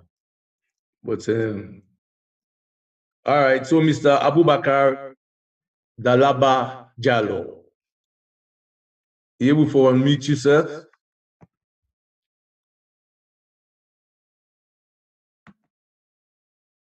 Hello, everyone. Hello and welcome. Hello, everyone. Welcome. Good day, sir. How are you, sir? Fine, thank you. It's my pleasure for get this opportunity for dinner this forum with senior citizens. Where they contribute a lot for put this country into correctness. But it's so shameful what you are seeing at Parliament. For we parliamentarians, even the Speaker of Parliament, no will distinguish. Hello? Yeah, continue, sorry. Hello? For we members of Parliament and even the Speaker of Parliament, no will distinguish the patterns at which we flag color for the. It's shameful for people who know we are foreigners. For instance, in the well of Parliament, the color, the way they line up the color of we flag in the very wrong way, in the vertical way, very wrong. Also, we flag for the. It's so shameful we are representing in the well of Parliament. For say, we members of Parliament, even the Speaker never identify some of the errors in the error and they happen in this country for a very long time now. Even now, I can remember the president begins a small press briefing that the same thing happened there. And secondly, I just want to mention the rejection where the members of Parliament reject the 6-month term for resign or for contempt for public office for people where they receive money from the consolidated fund. Of course, it just show a clear signal of how we members of Parliament be.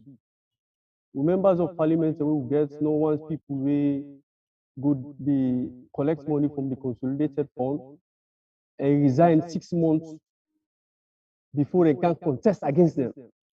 If then are the opposition side, they will vote in favor of that. If not as member of Parliament, you need to serve as member of Parliament, you not get that title as member of Parliament. I believe say most of them will vote in favor of the 6-month term. But just because then they serve as members of Parliament, and as a result, they don't serve in the favor. So like a scenario where they give more opportunities to people where they can contend against them. But nonetheless, really appreciate the effort where senior citizens like they do out of the shores of Saloon. We in the ground, we know what's going to happen. Though they do a risky work, they like people they way don't even malice because of they like and share the works of the African Express. But we don't care. Me personally, me bread and butter not in somebody in pocket. So I appreciate a lot. Thanks. Thank you very much, sir. Thank you. Amazing. Thank you. Thank you. Well, at the Teen Channel, we talk about not too long ago about these conscious fights for suppress information and publications coming from the African Express. Me, when I mean, now some senior WhatsApp forum, also government official, and they all development partner, and they now me help build the forum. One pan the admin them, co-admin, he pull me commodity. He say because me tell and say in agency where they run get capped to. The agency don't they move. So I ask the question one day if the agency like they get capped to, no work don't happen again. He removed me at the forum for that. He said me don't cause law against her. Me don't raise law against her. I know they mentioned the person this term deliberately and the agency, but in the near future, we'll go for the talk, but then in the bang bang they want to sabi me, then sabi me now. All right. One more question, Mr. Ibrahim, before we go over to Mr. Chernoba. Yes. Brother Basale, Cherno, African Express, the brother in the Scandinavian countries there. I tell you now, thank you. I think say the strategy you ought to do the last time for let people in contact politicians in a salon, a very good one. And I was not too surprised by the reaction of the politicians there because they're not used to be accountable. So for them, like affront, which I found very, like you, Norway say, the guy in a very primitive in their thinking. How people can go vote you, for they go work for them, and then they want to tell you their view about a law that is going to change, affect their life, and then you take issue with that. That is very telling of the nature of the politicians. I think we get forget strategy how to conscientize some of them. Let they also get for be involved in discussions. The thing about Salon is that the politicians are too arrogant. They don't think say them for accountable to anybody. That the main problem, and for me, but it's not only the arrogance, it's also the ignorance. So what we call ignorance of arrogance. They know sabi, but they know what engage because they believe say somebody said they're a demigod say. Because they don't put themselves in a position where they say, if you want better in a salon, you get for lean with a politician, which is very dangerous. That's one point. The other point I want to talk about is the brother mentioned the stuff. Why share one video about some politician or APC politician where TINAP, they say some very untruthful things about diasporans. Yes, we don't get people who come on a diaspora, we go salon, we go work.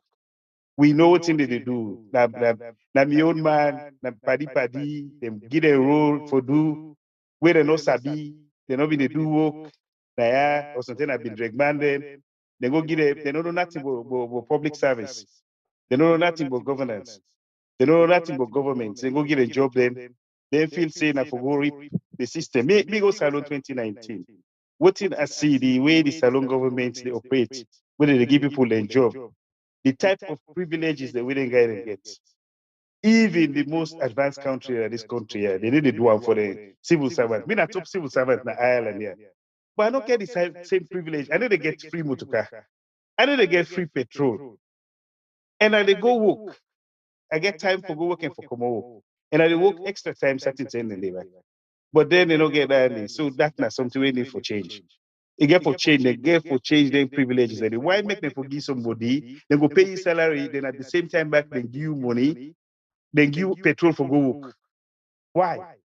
It baffles me. They say we not get petrol in the country, but politicians they get free petrol for go work. Doesn't make sense. Okay, then the last point I want to talk about is how we treat with woman, with sister, with mama, na salon. It's also telling about the country. We see people the cost people ever. We see them days here, so we women then come out, women then come out for letting go demonstrate. Not a single man come out for go defend them. Instead, we see we own brother there in uniform, they beat them. How many men then stand up? So them man then they say, you know, my mama is the beat, and my sister is the beat. That need for change. We man then as alone. Where did it? Because we did diaspora, don't try for rubbish we. That guy what he talking don't make sense. But for the one that we did as alone, You have to protect your sister. If not that country, any country will not respect them, mama. All the country will they so women and take leadership. They take care of the people, they protect them, they demonstrate. Why that not happen as alone? So it's very telling about the country. So we really need to do a soul searching. I know say Dr. Saidu Bangura been doing a paper about the soul of Sierra Leone, but we need to do a soul searching, every one of we. And the one them back in a salon. They need to encourage we with the overseas for go back because they want to protect what they get there. But at the same time, they need to protect the interest of the people in a salon. So we need to think about that. But we woman them, we sister them, we pikin them, girl pikin them, they need for protect them. We get a whole system where the woman, when I the first lady, they say, hands off our children, off our girl children. But then you get woman in the bit say, no, it don't even come out for say anything. It doesn't make sense. So say, I don't need for do real soul searching. So I'm your contribution learning for now. I thank you very much, everybody where they listen, and also for African Express for bringing all the issues there to we people live. And I'm glad also today, when I do this program in Creole, because they try to reach as many people. I always tell people that I work in English all the time, correct English, legal papers, and everything. So it's always they always look at the try for struggle for talk the Creole. I always glad you are getting opportunity for talk Creole, so that we people they will reach as many people as possible. So they'll try for do as many of this program because sometimes if he hurt me, why the politicians they try for talk English to people. That's all that part of the mentality. Let me just make one more point. All the country the way better than this world. Una check, they value their native language there. Even in Ireland, when they talk Irish now, the Scandinavian country, they only talk their own language. Remember the Saloma way conditional. It's a Scandinavian language. Salon, we they try for damn we own languages there. They see possibly we own politicians, even if we read, they know if we read in English, but they still make efforts. But they're not good for talking the language for rich and people there. So we need for like country. So last stop there. Thank you very much. Bye. Thank you, Mr. Ibrahim for Ireland. I remember seeing for being given one in Irish line, but next time. Slow shot. All right. Thank you very much for the contributions, Dende. It's very interesting when you talk about the amenities or benefits where some of them diaspora returnees the way out for no better they get in our country. Talk about rent allowance, for example. You mentioned fuel. Rent allowance, some people in the way, based upon the records from the African Express, Babatunde Edwards, Chief Justice, they get, I think, 196 billion or million loans every year. And nine more than that category. The next one, now then special advisor then to president. Anyway, Commander, I think we get two more people that will get their hand up, but we'll only take questions. You for talk so today. Them just to go. Well, maybe give people a chance for. Say, we are learning from people, you know. Excellent. I'm all game for that. But I know I'm almost spend 4 and a half back to do until you don't give them feedback. Well, I don't know if we will stop, then we continue. Or well, don't get this man so when them know because you don't. I know say once get something for tell me. And then Aruna after that, and then we'll stop the final, they will turn over back to you with some leading comments. Okay. All right. Let's go, Mr. N.O. Yes, I just want to say thank you very much to all. My name is Mohammed, I'm a solicitor in England. And Mr. Chonoba, I must say we're proud of you. Trust me, you don't inspire me a lot. And we recognize all we see they do for the country. We're not going to forget that in a hurry. You know, I'm saying this to you from the bottom of my heart. We recognize everything we do, your hard work, your contribution for make Sierra Leone a better place for all of us and to make us all proud as Sierra Leoneans. We recognize that. With respect to the brothers and ladies and we there, we all don't see what Mr. Chonoba do with the action. Make we all try for, you know, spread the message with the give to win on you know, on the internet, you know, now the social medias them. When we the under, get the opportunity for talk to families, brothers and sisters, the family them, the big one them, the old people under, when I spread the message. we all get for liberate this country. We all get for liberate the country. That is what Mr. Abba is doing. We recognize that. I just want to say I'm really proud of you. Thank you very much. Thanks.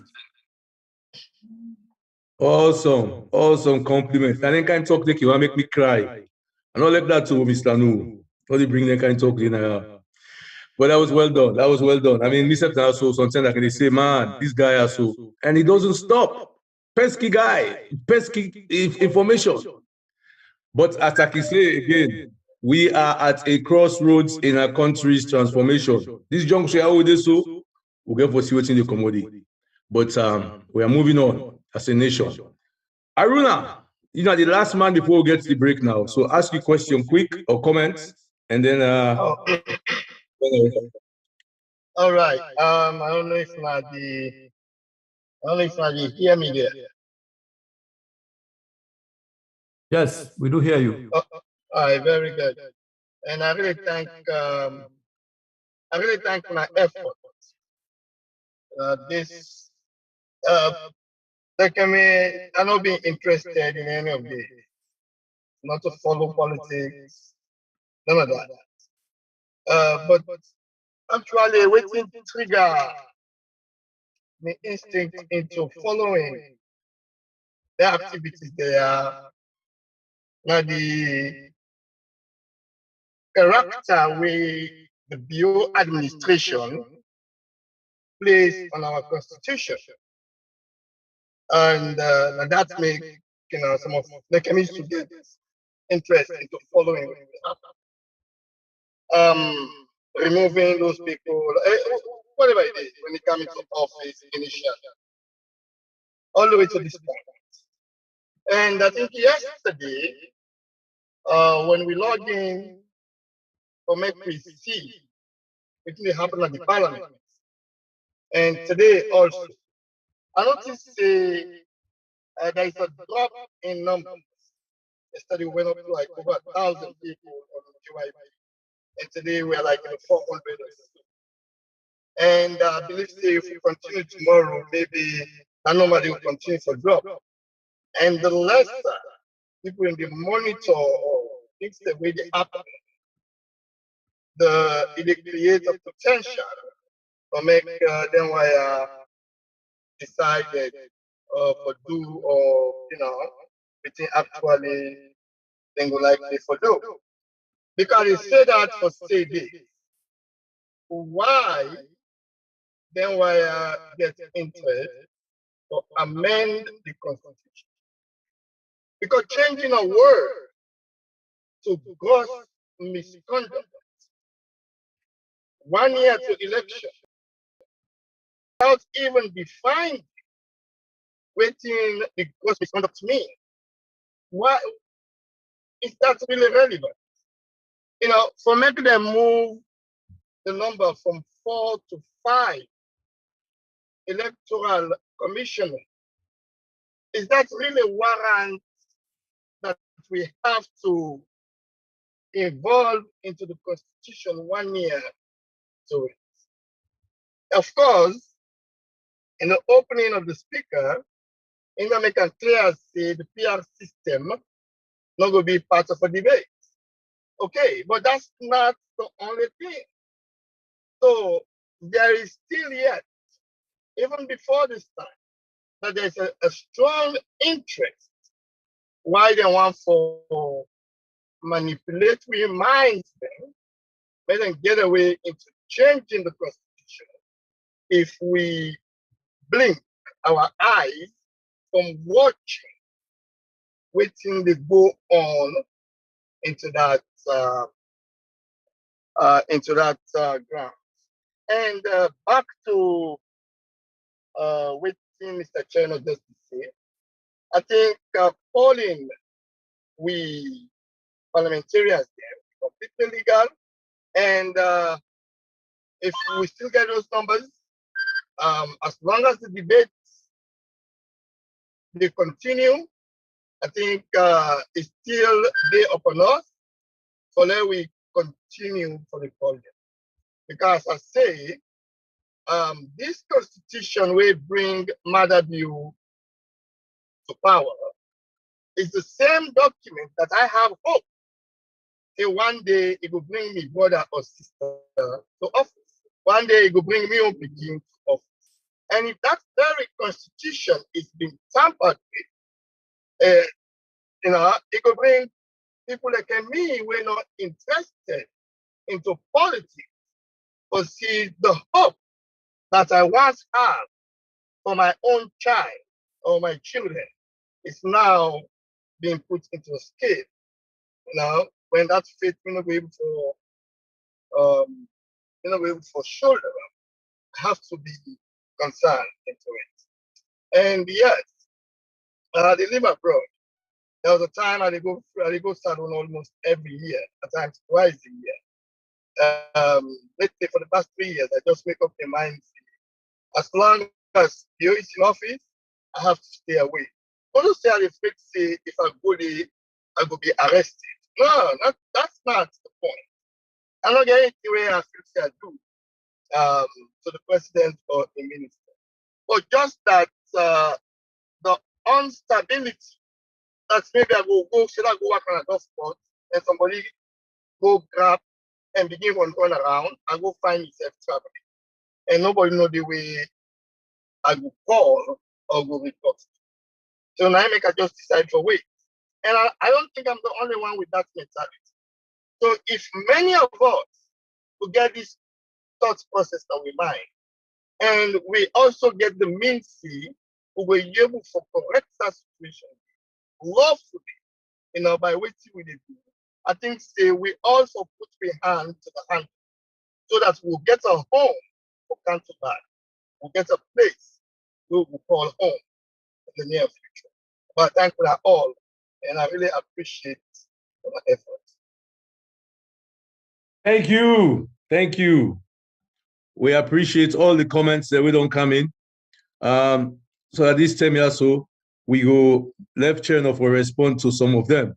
But I think waiting more people than go want to see now how channel go get for a clear don't tell we how it go can peel the layers off. We look at somebody mentioned back now the charts, you look at NEC, Start Saloon, NCRA, how all NTRSO play together. Now we wait for this into today. And then the elected with the go for area. So Cherno, there you go, sir. Questions and then follow up with your discussion. Follow on. Thank you very much. I think Mr. don't learn so much from the different contributions, which is what this conversation is all about, learning from people how they understand the situation and how they also see the situation.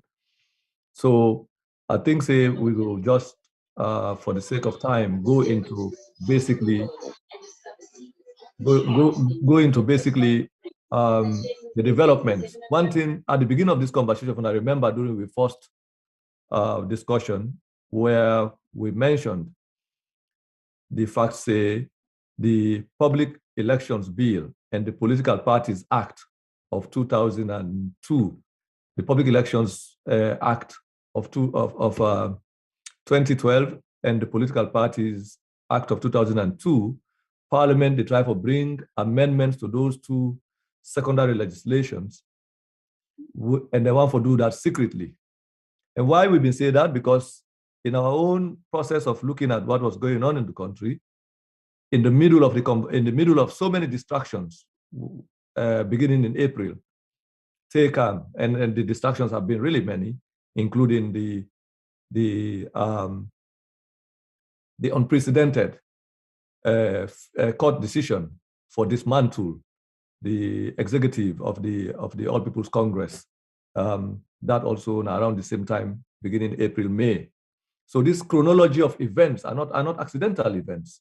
They're all related, and they all come under the heels of all the drama we don't witness up to where we are. So on the side of the Africanist press, we always know, say, by April last year, when Madabio came out and decided to lie to the public and the world, say, the reason why he was traveling, this is not an effort for justify. This is not an effort for justify the looting of the treasury. He said the reason why making the travel all over the world and the ship money, including over $1 million, we can go to Lebanon, they not bring them, come again. that it try to clean the image of the country. And to the extent that Eli say, he go to Japan, he was kicked out of a hotel because the previous government, in his own statement, left money in, left debt at the country. If I remember, there was nobody in the country who was bold enough to come out, including members of the previous government, to say the president has actually lied to the public. In fact, the president made this statement in front of journalists, not in one radio station or two radio stations, but all of the radio stations and on national television. In Mecca the first day, they repeat on the second day. We were so alarmed by that particular lie because that was the first time, it was not the first time he repeated that lie. In fact, that lie was first made by the president in Ghana. The first time we published the first two articles, the president went to Ghana on the funeral, to attend the funeral of Jerry Rawlings, if I remember. That was the time. So on arrival in Ghana, he addressed a group of Sierra Leoneans. I can go back and look at the video. Now they first talk say, the reason why they travel is to repair the image of the country. They talk say, go to one country in Asia where he said he was kicked out of the hotel. But at the time, he don't mention the country. So we decided for investigate all of the, because we have the record of where the president has gone since he came to power, and almost money he don't ship out of the country. That I can tell you. We don't show that record from 2018 up to 2020. We haven't shown 2021 and 2022, but we don't show 2018 and 2020. In fact, we don't show 2019. The reason why we don't show 2019, it is one of the most dangerous expenditure we don't see in the president in travel. We decide to hold on to them because it indicates certain pathways. There are two trips where the president makes secretly undercover, the Sierra Leoneans did not know, that are reflected in that bank statement and the travel expenditure at the time.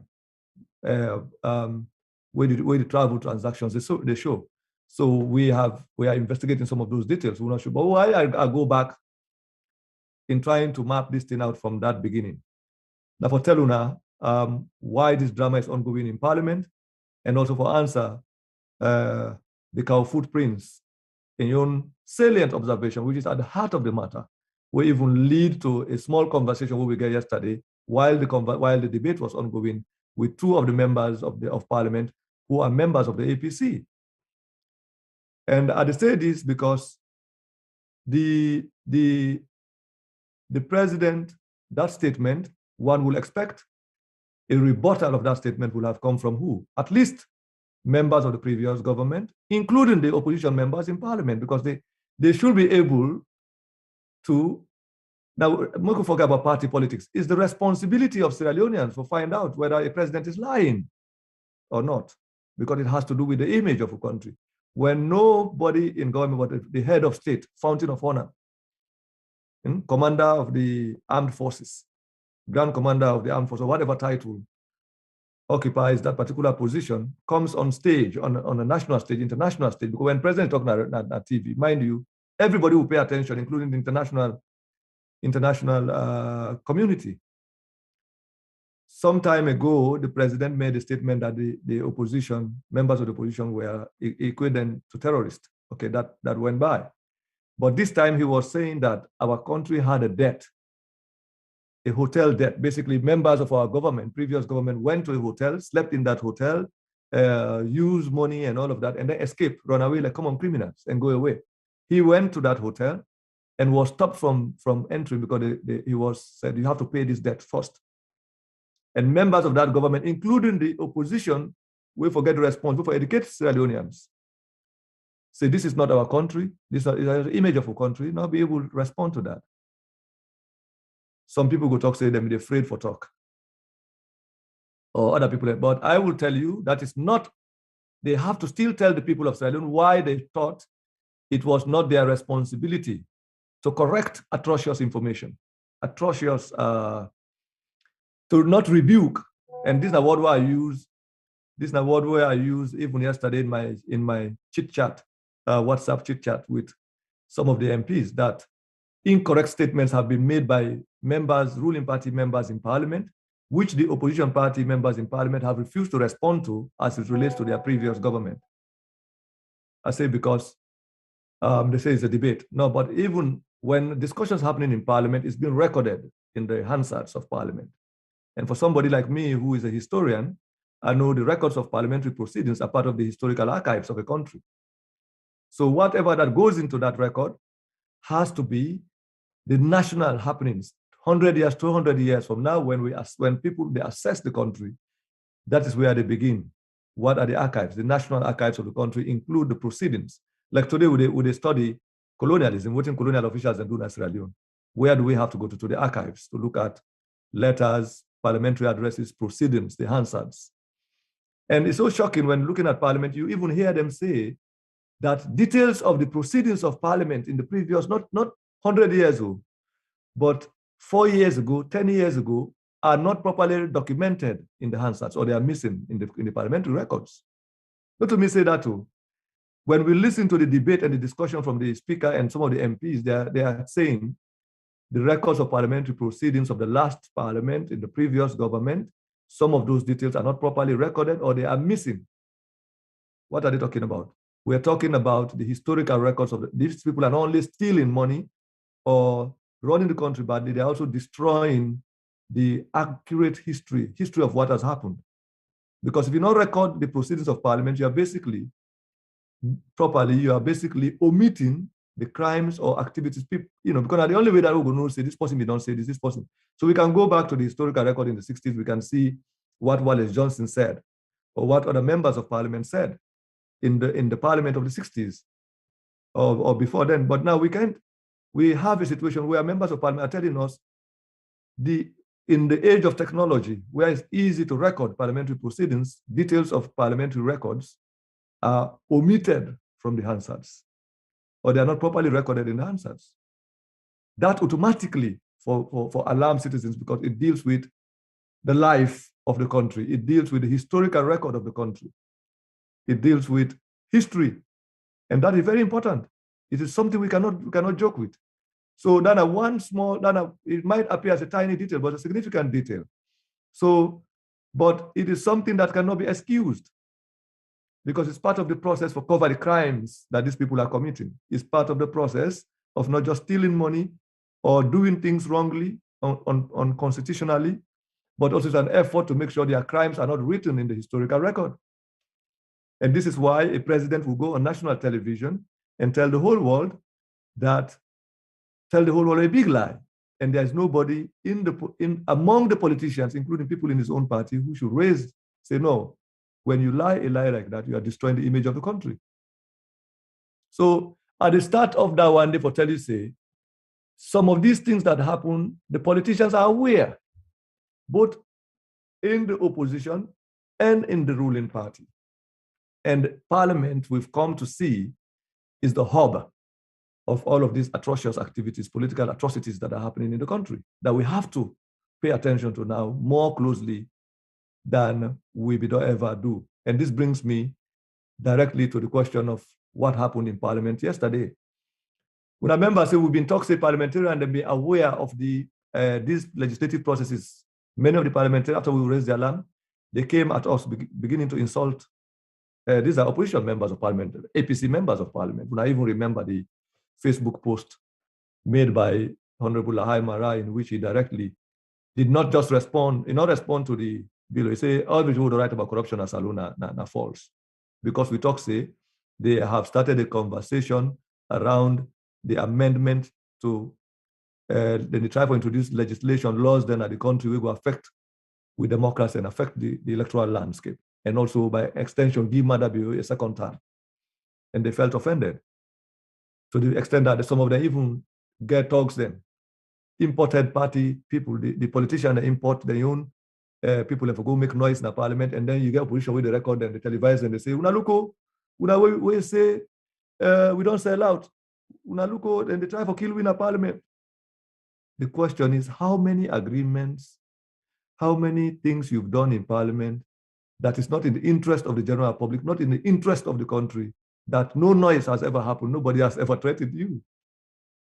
So the constitutional amendment, the process of amending the constitution that they went through, the first time when I met a week before yesterday, the debate was they cannot amend the constitution because by ambush. This is what the opposition claimed, that The newspapers, they even quote the opposition leader in parliament, that he said, you cannot amend the constitution by ambush.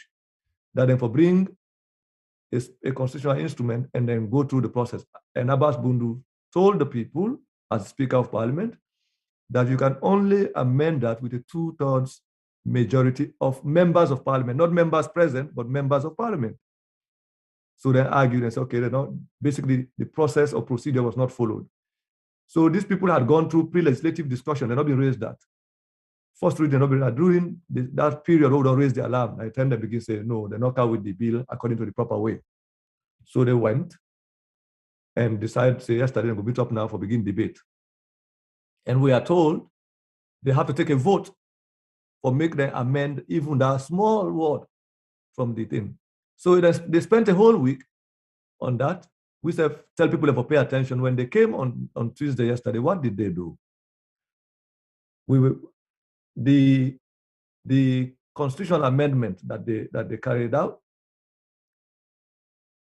the speaker allowed them for argue and argue. And finally, what did they end up? Then talk say, in the case of that you have raised, which is a crucial point about changing the word misbehavior, for say the president get the power for dismiss an electoral commissioner on grounds of misbehavior. Now they argue, say, in fact, the APC the previous parliament has already amended, in 2012, they've amended 10 years ago, the secondary legislation. The secondary legislation, that the idea of gross misconduct is already in the bill, in the act of 2012, but which they came to find out was, according to them, at variance with the primary legislative document of the land, which is the Constitution. So in that case, the 2012 amendment was on its own illegal or ineffective if conflict may arise, because then you have to go back to the Constitution for define. So now they are saying that then the one for streamline the law, made the law in conformity with the Constitution. So instead of what we know in legislative practice, and for those of us who have studied the science of politics and how governments function, is that any secondary legislation where they in conflict with the primary law, when at the Constitution, that secondary legislation is naturally, cannot hold. I mean, I want to use the word null and void. So basically, where there's an argument or a discordance between the secondary legislation and the primary legislative document, the Constitution, the secondary legislation is dead. So if that was never an issue, now what do they do in order for so what do you do if you find out that the Constitution not in conformity with secondary legislation, that the secondary legislation you amend for making it in conformity with the Constitution? But in this case, they did the reverse. They went and amended the Constitution so that the Constitution can be in consonance with the secondary legislation. Basically, then take the Constitution gave misbehavior, and the non-can right misconduct, gross misconduct and secondary law, according to them, in 2012. So instead of them say the amendment in 2012 was illegal and therefore should be removed for make them add misbehavior, restore misbehavior, instead they say the secondary legislation we been wrong, they amend that wrongly, they have to take that as a wrong procedure of amendment, then they have to go back now and change the Constitution so the secondary legislation could be right. What kind of it's like you are driving reverse. You don't get where you start vehicle, you go forward. How do you go? You go McKinney, then you say Mutka, you don't start an PZ. For me, you go McKinney and reverse, the reverse will go behind. You drive backwards. That's the equivalent, that's kind of the constitutional madness. So the question is this, and then it came to the speaker that raised the question of voting. So apart from that particular, the lawyers, if we've been getting honest legal community, independent legal community, the bar association, or even independent lawyers by themselves, legal scholars, that would have been the basis of a legal debate, thorough legal debate, whether you can amend the secondary legislation, you can amend the Constitution to be in consonance with the secondary legislation, or the secondary legislation you for amend, even if there has been an amendment in 2012, which then they now question, say, the amendment done under the previous government was faulty, was wrong. So basically, they are blaming the previous government, just like they always do, for having carried out an unconstitutional amendment. Say the amendment done to the to the election laws in 2012 violated the Constitution in the sense that they added a provision in the public elections law which violated the Constitution. So for them to do that, they will have amended the Constitution first. So now, according to them, for right the procedure, they now have to amend the Constitution to legalize what they already say is an unconstitutional process that happened in 2012. And you have experienced lawyers, experienced people in the opposition, wasted on they think that is right to do.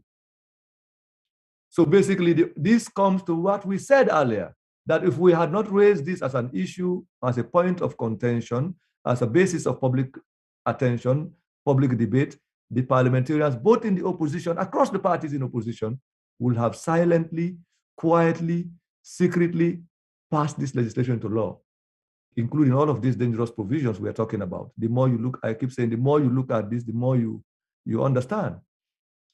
So the parliamentarians had that, basically they say that the previous parliament, previous administration had encouraged the crime, that encouraged the atrocity, this constitutional atrocity.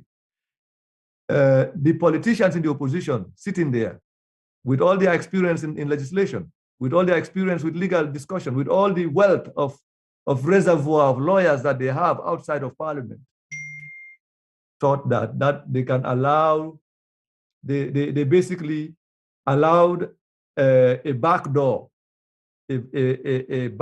amendment to the Constitution to give the president the constitutional power, not legal power. Now they gave the president the constitutional power.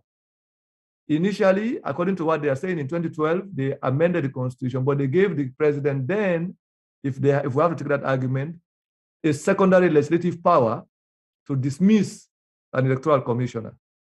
So which means if that would have happened in 2012 or from 2012 to 2018, that unconstitutional approach will have been challenged by reference to the Constitution. And the Constitution will supersede in that particular conflict. But in this case now, they are saying what happened in 2012 was illegal, was not the right process. And they also decided to do a window, a backdoor process to amend the Constitution. So the Constitution now, that amendment will now legalize the so-called illegality that was done in 2012. So they use another illegality to supposedly legalize an illegality that previously happened. And are the same politicians some of them were in the previous parliament. Now they are even saying the Hansards, the procedure and processes that they went through to introduce the 2012 Public Elections Act, the records of that they say is not even exist, it's not in existence in the parliamentary records. So the Speaker of Parliament, knowing that this is a coup against the Constitution, it's treasonable, decided to free himself and allowed the parliamentarians to take responsibility for this crime that was being committed, even though he himself superintended the crime. But what did he do? He decided, say, we're not take a vote. We cannot amend the Constitution without a vote. And this is in resonance with what he said the week before.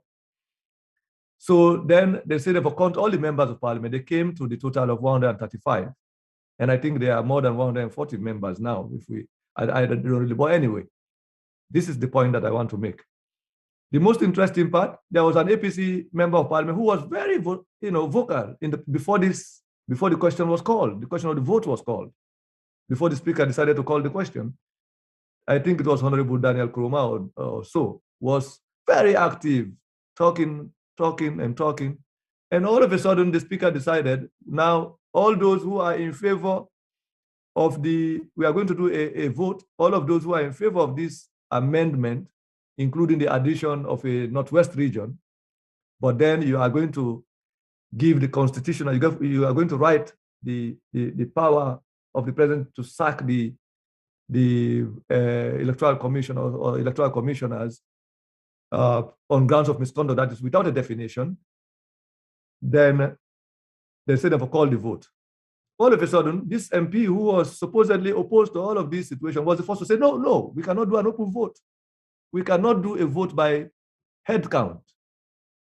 They said they're not going to do a vote by head count. And why was that important? Because the they require a two openly identifiable vote where 2/3 majority members of parliament will vote in favor of this illegal amendment to the constitution that they know they were doing. You cannot write illegality, you cannot correct illegality by another illegality. Then if any action that's illegal is going to be corrected by illegality, by an illegal process, then both processes becomes illegal. Now they call the vote. And where they all know, say, if they stand up, they would say they would be voting for an illegality. They decided no, it's either going to be through secret ballot or a collection of voices. And when it comes to collection of voices, you do not know who is making the most loudest of noises. Because all of them know they were committing a treasonable offense. They were committing a serious crime. And we have a legal community who has been silent since yesterday. They are lawyers. They are lawyers in the opposition. So we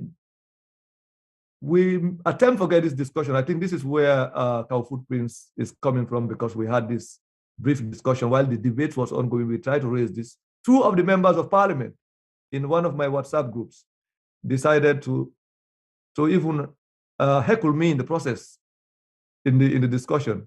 And to the extent that one of them said, we not sabi about parliament. So the political class always has this arrogance of thinking that because you are not part of this secret society of looting the country, this gangster kind, because these are gangs, political gangs. Because you are not part of that society of gangs that loots the country, then your knowledge of things, of how they loot the country is secondary. That you know sabi nothing. Kami could teach you. So that are the process. So basically, yesterday, you're right. The observation that you've made is that now, and what are the implications of this?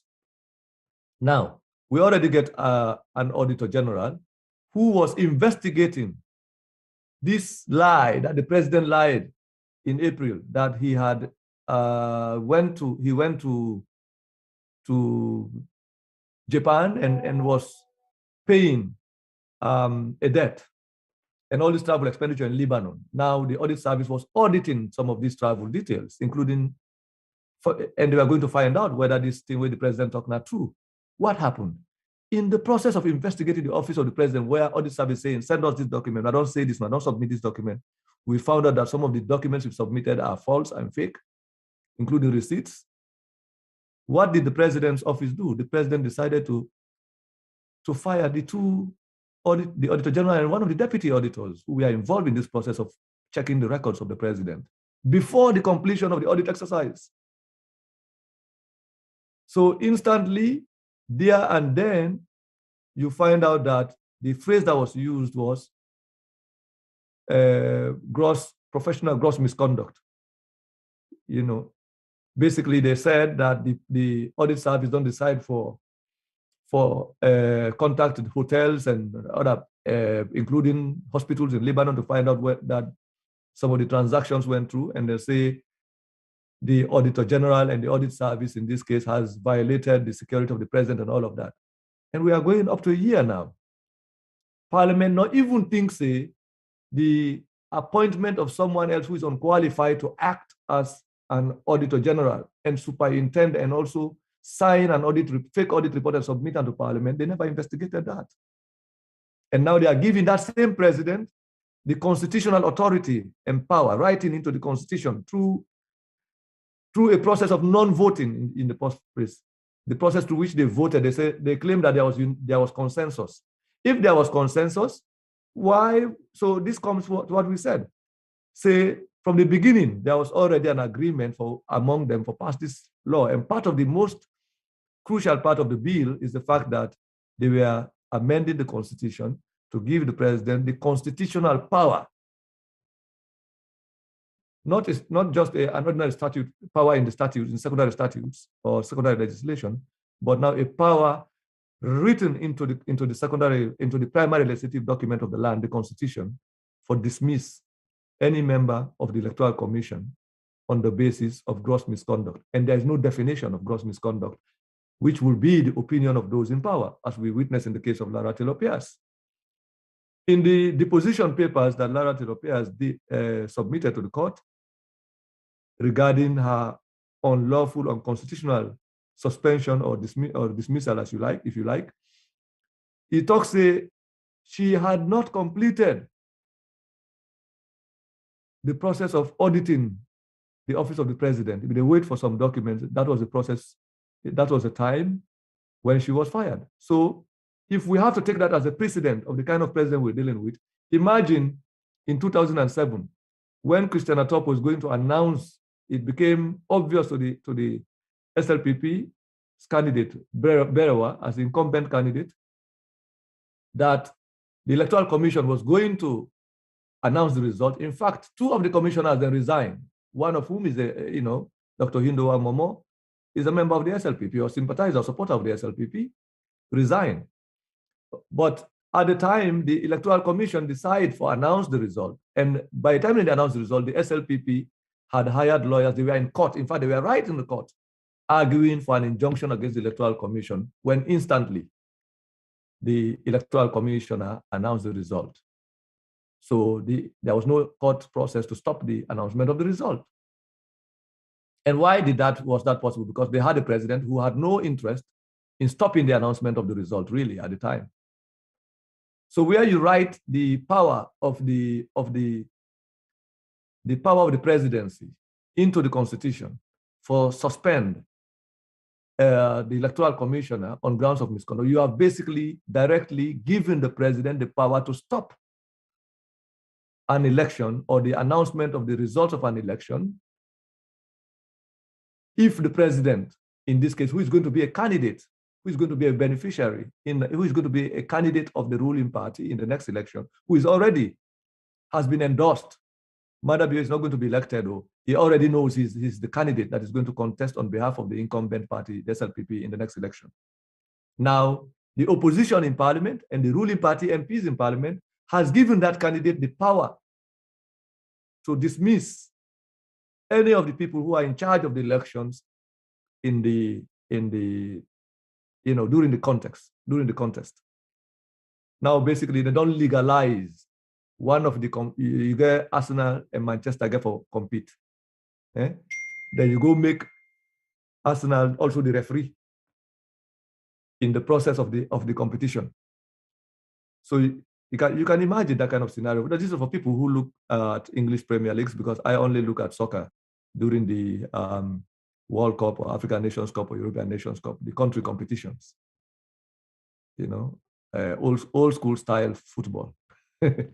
Anyway, this is what your parliamentarians have done. And there is no, and the interesting part, which I think Mr. Yusuf Jallow was actually pointing to, there is no disagreement from members of parliament in the APC, in the NGC, in the C4C, with the SLPP on this question of writing the power of the president to sack.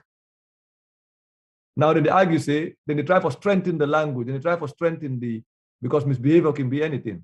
But misbehavior can be anything also. There was a reason why the people decided, because the people who will write this constitution, they already know what the misbehavior is. They know the distinction between misbehavior and misconduct. But like we said, we already have a situation where misconduct has been invoked as a basis to remove an auditor general. And up to now, we don't have an audit, and the parliamentarians do not think that's a problem. So the question is, why did MPs who claimed they had warned that you cannot amend the constitution by ambush were now willing to silently allow the amendment of the constitution through the window and the back door? Not ambush. They allowed the writing of extra presidential power into the constitution through the back door. When they were even asked by the Speaker of Parliament to even stand up so they could be counted, that they supported this unconstitutional approach to amending the constitution, they decided to say, no, you can only, they even won Fetna Parliament because of that. Then when they said it's a collection of voices, all of them kept quiet. Because why? Then one for takes it last, when the Hawaga for reach, they go talk, say, no, we're not been saying anything. So this brings us to a fundamental point, which is these MPs who have been claiming that they were always bulldozed, they were railroaded, and selecting a train, they might have to take the ride on top of them. There is no way a government will function in a country without a parliamentary consensus. If these parliamentarians were actually certain that they were powerless and they abstained from parliamentary proceedings, nothing will function in Sierra Leone. No international organization will deal with a government without the processes of accountability. But then they have collaborated in doing that. Now they will say, one of them even said, we own region. This is an MP from Putloko, the MPs from Putloko and Cambia who were in my WhatsApp group, claim that the Northwest region need a new commissioner. So by extension, they have to have that in the constitution. So they added things in the constitution that will serve as the justification for why they have to introduce these processes of rigging. So they've not only given this competitor the process of refereeing the contest, but also the opportunity of determining the outcome of the elections. This now part of the parliamentary strategy. The parliamentary strategy has been to legalize, to give the president legislative legal powers to determine and to go compete in this election, and I will narrow the electoral landscape in a way that I know I will predict say any kind of way them pass, Nami go win. Why would I think say he has done that? He has taken that approach because the president knows he cannot win on his own record. He knows. You put a ballot box with a free and fair election now. You put empty ballot box. You say this one are empty. The one the way they are against Madabio. You put this one Madabio. And the way no candidate no they do. You ask people for vote freely, secretly, in a free and fair secret ballot. The people who go vote against Madabio, I will assure you, they will be overwhelming right now. We can start even for taking the vote inside this Zoom meeting. We have at least, I think, 40 people at least in this Zoom. If we all vote now, whether we want Madabio for second time or not, I'm sure if we not get 40 votes, we will nearly get 38 votes or maybe even over 35 votes. So this is an example of the state of our country. And both the president and the opposition parties in parliament, the opposition members in parliament know this. This is why they have been arguing about, we had said the Public Elections Act represents the legal bargain between the incumbent president who wants a second term and the opposition in parliament who also want to capture their own political party and remain in charge of their political parties in preparation for their own future contests. Because you don't take the contest by turn, where you do 10 years, you come on, we self-car will take 10 years, so no go hold you by turn. So in this case, you have to ask your opposition parliamentarians to come clean and tell Una why is it that they refuse to stand up to be counted in the process. If they believe this legislative amendment to the Constitution is legal, there's nothing wrong with it, why are they opposed to being counted? To stand up and be counted. They should be proud to identify with that kind of situation. But they refuse because they don't want to be individually identified that they've supported an illegality, an illegal process that they claimed was correcting another illegal process. Because by so doing, they are openly going to be identified as having committed a treasonable offense in future if somebody who is interested in investigating how government affairs have been conducted. But you see the speaker, he say, okay, if we agree, say, the consensus, let it be properly recorded in the Hansards that all 135 members talk say they agreed with this process. So basically he was saving his neck. Tomorrow, although he superintended the process, he would say, now what in the mean have been just speaker. So it's the case of Pontius Pilate, where they tried Jesus Christ. Then mixed it and say, no, I have found nothing wrong in this man. Why would I insist that they can say, no, we don't want that, no, we have a killer, we don't want that. He say, hey. Now he say, so he gave a worse in hand. They say, okay, now for make a free una, make a free me head. We get Barabbas, we get Jesus. Today, I suppose for give one person amnesty. Instead of which one of them, this Jesus or this, but they say no, then choose the criminal who was condemned. They say, left that one, no, this why are you? This one way they tell me, say, in the king of the Jews, where they can't talk, say we corrupt. where they can talk, say, the Pharisees and the Sadducees, they use the law for cheat the people, cheat widows, and all of these other things with the corruption. They highlight corruption, they highlight, now we want to crucify for we. He say, I have found nothing wrong in this man. So he was in hand. Tomorrow, I don't take him blood, I don't put it on her head. So that is the equivalent of what Abbas Bundu did yesterday by saying, until I talk, say, we don't want for individually vote. When I write on the record, say, I be telling them, when I say, we have consensus. There was consensus. Now the new collection of voices. Nobody among the opposition said no. Instead, they said they kept silence. To them, their silence, they thought, was something they could use tomorrow to free themselves. And but silence is, in this case, is collective consent. So if there is consensus, why would have been even the drag we take to yesterday? If I know when I get consensus, say there was nothing wrong in this process of amending the constitution, that now we don't do mistake in 2012. So now it's a process to correct that mistake by also going through the back door and writing a one phrase or one word in the constitution, even when the speaker had told you on last Tuesday, before yesterday, that even a change of a comma or a punctuation mark in the constitution amounts to treason. So make una lawyers then, we sabi law, we sabi the constitution, can argue with we, or come now and talk, say, although we know law is basically the opinion of those who have power, because they decide this time, this is the law. Tomorrow they decide, no, what we said is the law today is not the law, this is the law.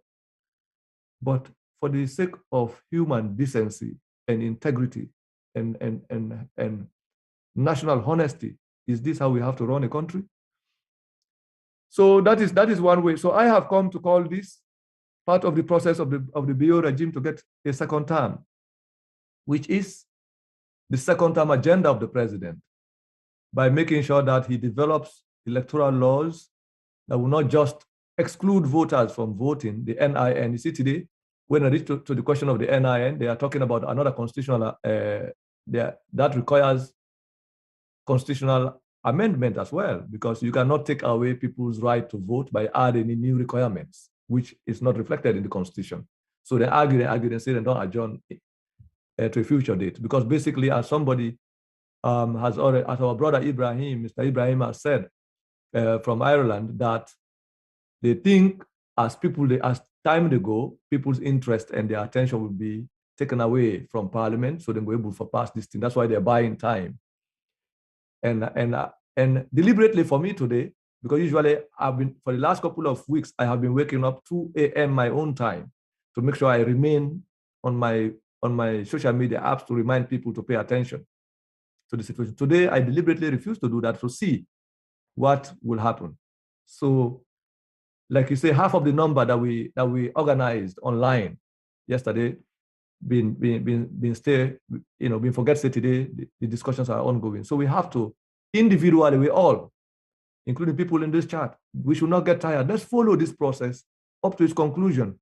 I have told the MPs, I am not opposed to your idea of selling the country. But when I get for come right now the Luma and sell right in front of una people, they made and see una, so that we can go home and rest. And the people know who they can hold responsible for their suffering. And that is what we are committed to make happen. So already, when I don't already help the government for amend the constitution, and when I don't give Madabiu the constitutional power, a power that was not in the constitution, even though it was in the secondary legislation, which in a real sense is invalid when it comes to which one for whole primary significance. So now when I don't give the president, when I don't write into the constitution the power, say he can sack Kone anytime, even before the election, appoint new person, or he can sack her on the verge of announcing a result, or any of the other commissioners. That is the power you've given him. And if you tell him that's a misconduct, how are you able to argue with him?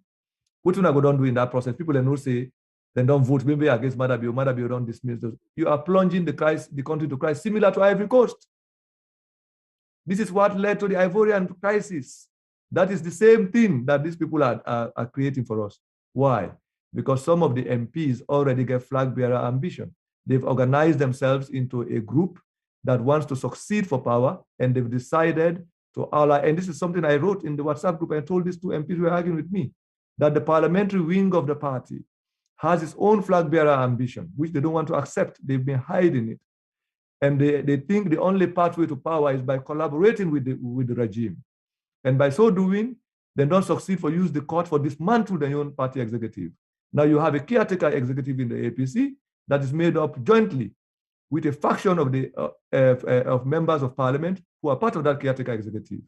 And they have developed the rules, the election rules for electing new executives in their party. So basically they are in charge of determining what is going to be the new leadership of the opposition in the case of the APC. And these are the people in parliament. In fact, some of them they can cause we right now. So you find out that part of the process is the state capture ensures that we have said this in the past. Madabiu, part of his strategy is to ensure that he has candidates of his own choice contesting against him. These are people he will have an understanding with, who, even if they lose, they will just go to court to petition, thinking that they have time to wait for 2028. Because there's no way Madabiu will help you till you get control over your party. You control the party executives, and then control your party and expect, say, you will make you a candidate that you expect for win. No, it's impossible. And this is why the NIN is part of that insurance. This is why the legislative power of the president for dismiss electoral commissioner in the case of now the insurance that the way in get for make sure say if when I feel say when I don't become candidate, then when I go make Calabante business and say when I go outsmarter, he has the power to stop that. That's what you've given to him. So this idea, the intra-party conflicts and interest groups that we are coming up against, these groups fighting, each individual group fighting to have control of the state, control of power for just sheer loot, is what is prolonging the suffering of the people. And this time around, I think so we all collaborative effort as citizens now, that for bring these parliamentarians and face to face with the public, make we see how did they do this trade-off back. They had done it in the past, silently behind the scenes, repeatedly. Okay, now opportunity will for bring them front of the market square. So when they do this trade, they do it. So the NIN, the voter registration processes, this constitutional power given to the president to determine, and even there is even constitutional power given to the electoral commissioner or the electoral commission for nullify votes in areas where they think overvoting has taken place. We read that debate today, and they adjourned. You will call an indefinite adjournment.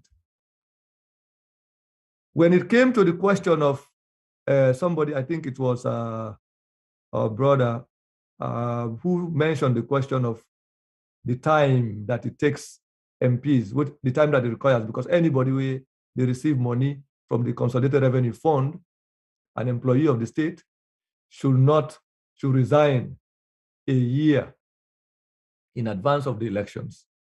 So when it comes to that one, all of the MPs were united, because that's about protecting themselves from competition, protecting themselves from competition. There was no fight, there was no argument. If they had called for a united vote, all of them will even stand up to be counted. When it came to the question of women, which should not have been written into this public elections law because they already get a gender bill and to sim bill and all of that, then decide to add this inside so that the people would think there's something popular for other people into the process.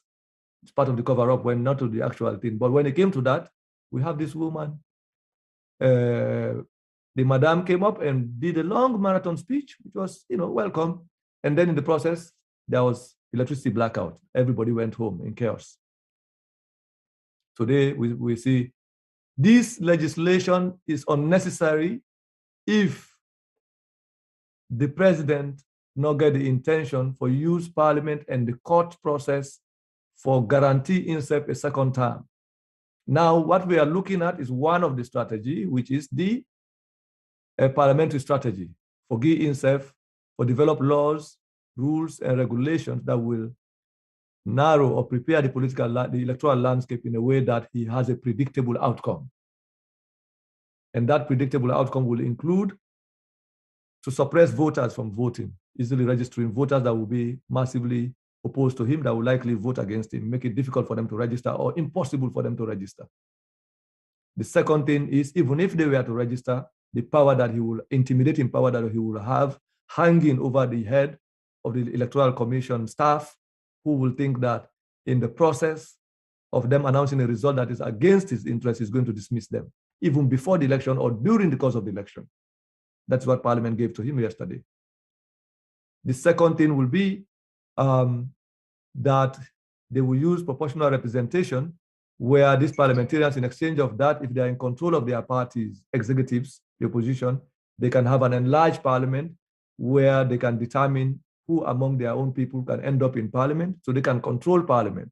Since a proportionally represented parliament, it will be unaccountable to constituencies, to citizens, directly accountable to citizens, and they can comfortably do business. Now, we see the crisis of the 1996 parliament, or the parliament that followed the elections of 1996 with John Khalifa Smart. In fact, by the time the coup of 1997 was happening, the UNPP members of parliament were already rebelling against Khalifa Smart in parliament. There was that drama. In fact, at the height of the drama, the coup took place, where the government had identified members of the opposition and put them on a travel delegation. I think it was a Commonwealth conference, without consultation with the opposition leadership, the party leadership in parliament. And that drama was ongoing to the extent that the ruling party decided to almost carry out an insurrection in parliament, where the UNPP members of parliament were revolting against their parliamentary leader. That argument was ongoing. Boom, a coup happened. That was the end of that parliament. And that was almost the end of John Khalifa Smart's career as a politician in Saloon, because he never came back from that. So this is not the kind of situation that we have. And this is always happening on the SLPP period, because we're talking about 1991 when Tijan Kaba was in power. It was the same Tijan Kaba period when Val Collier was kicked out of the ACC, because they don't begin to talk about corruption of the Harry Wheels, the Okere Adams, and the rest of them. And SLPP got so offended that they had to also remove him, the same way they did to Lara Taylor Pierce. You can go back to the history and look at this. So these are the situation where we get. And what I will invite people to take four things and begin read them together. When I take the court verdict of Fisher, when I read them. When I take the public elections bill and read them.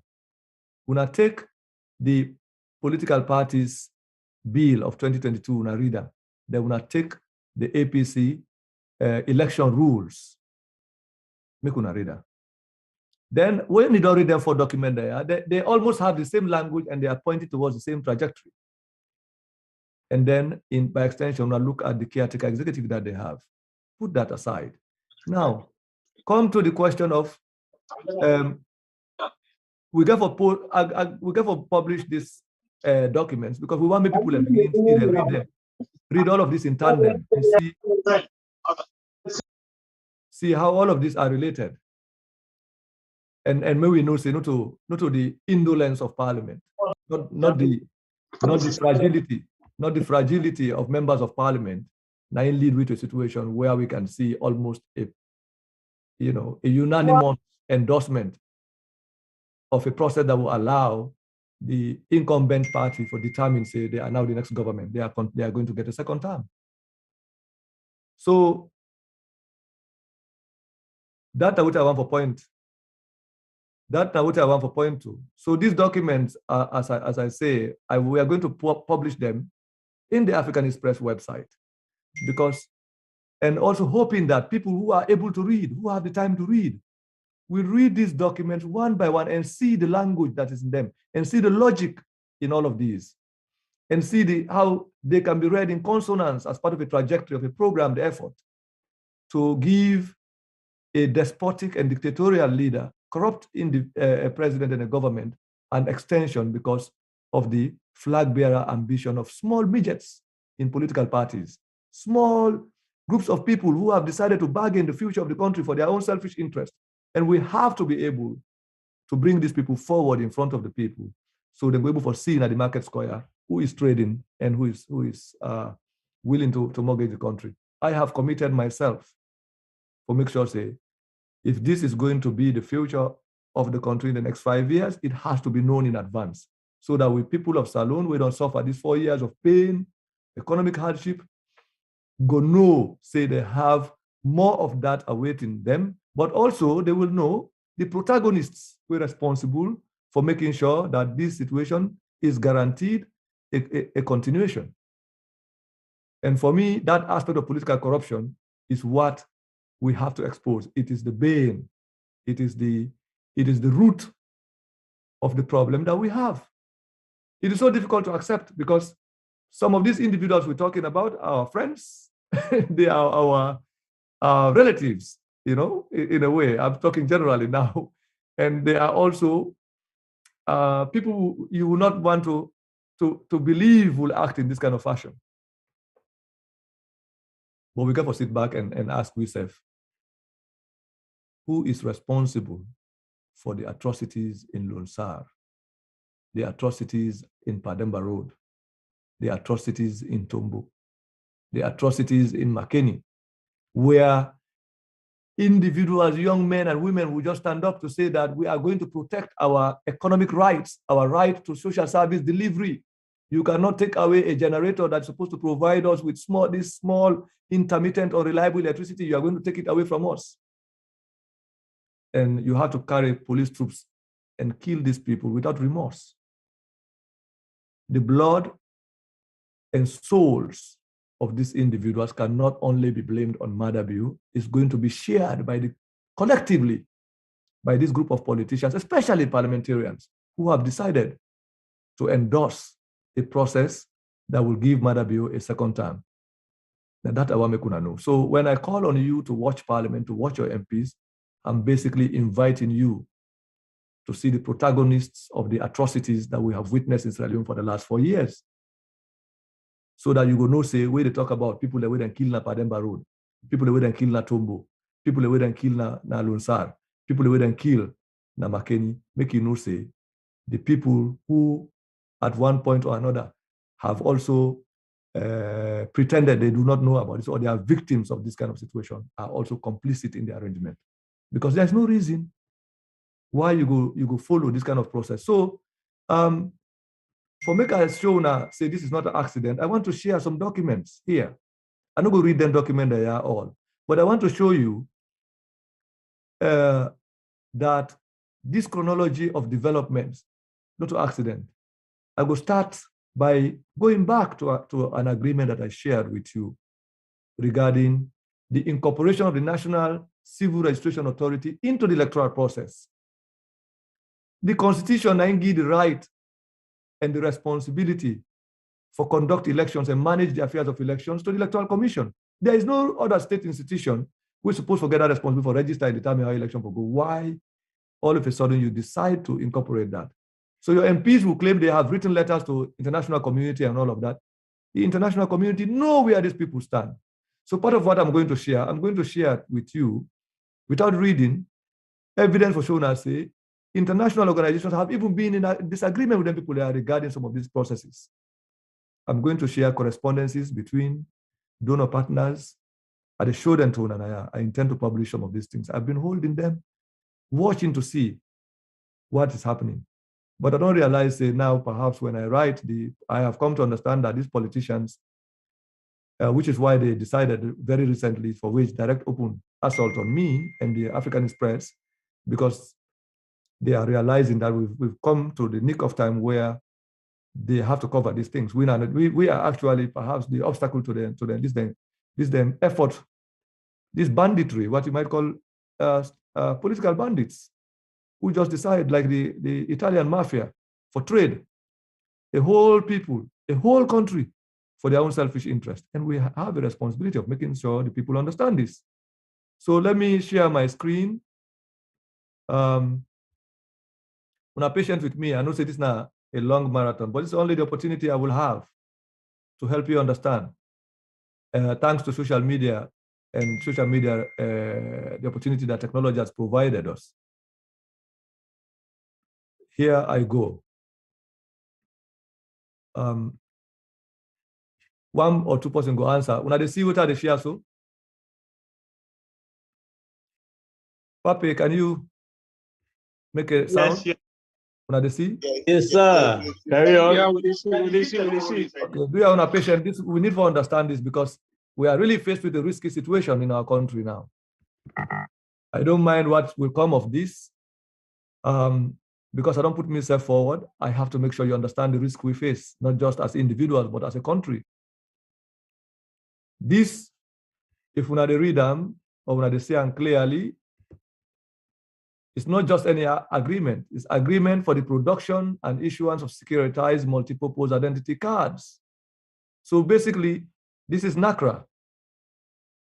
And you see the company that they gave the agreement is Construct Systems Sierra Limited. When I go check the company, when I can go now, Corporate Affairs Commission, it's the responsibility of every citizen who get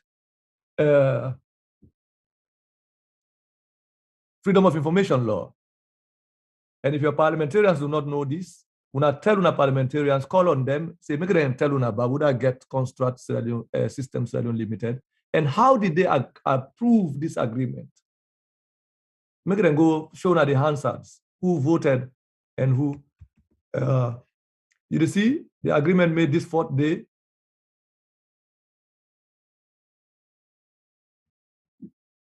4th day of March, 2022. So this, now the agreement this way, then give this company, basically they were programming the effort for put NACRA as part of the legislative, part of the electoral, not just say with the normalize for do civil registration, for collect data and digitize national data, which is actually the purpose for what in this national civil registration they do. But then in the process, we've come to see that then this is not one of the mechanisms where they want for use for rigged elections. But one thing you have to know, this contract has the vested interest of the president. Just like how I can talk, say, some people they talk, say, Wataki, they understand, say, the CTN or whatever company way responsible for container scanning, get the interest of the wife of the president. And those are things we expect people to look into, which we might look into anyway, because we're all concerned about this.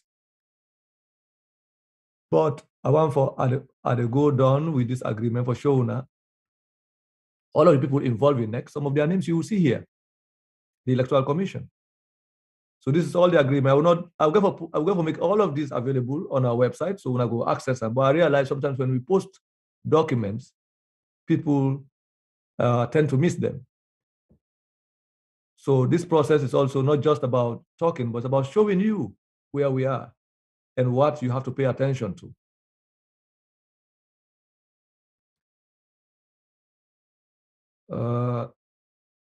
It's a long process, but on a patient.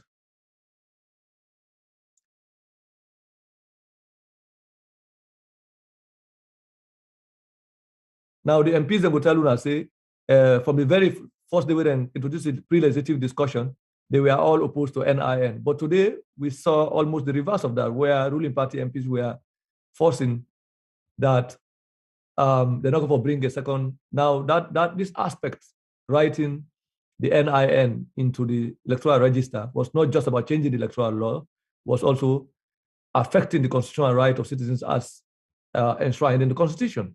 So which means they also have to amend the Constitution the same way we then do with the process for give the president constitutional power for dismiss the Electoral Commission staff, then therefore do the same process. So that is where the argument was today. And there was no instrument in the bill referencing that particular effort to amend that section or part or provision of the Constitution will affect the right of citizens for vote. Adding a voting criteria beyond what the Constitution had stipulated in terms of age and citizenship and stuff like that, including of sound mind.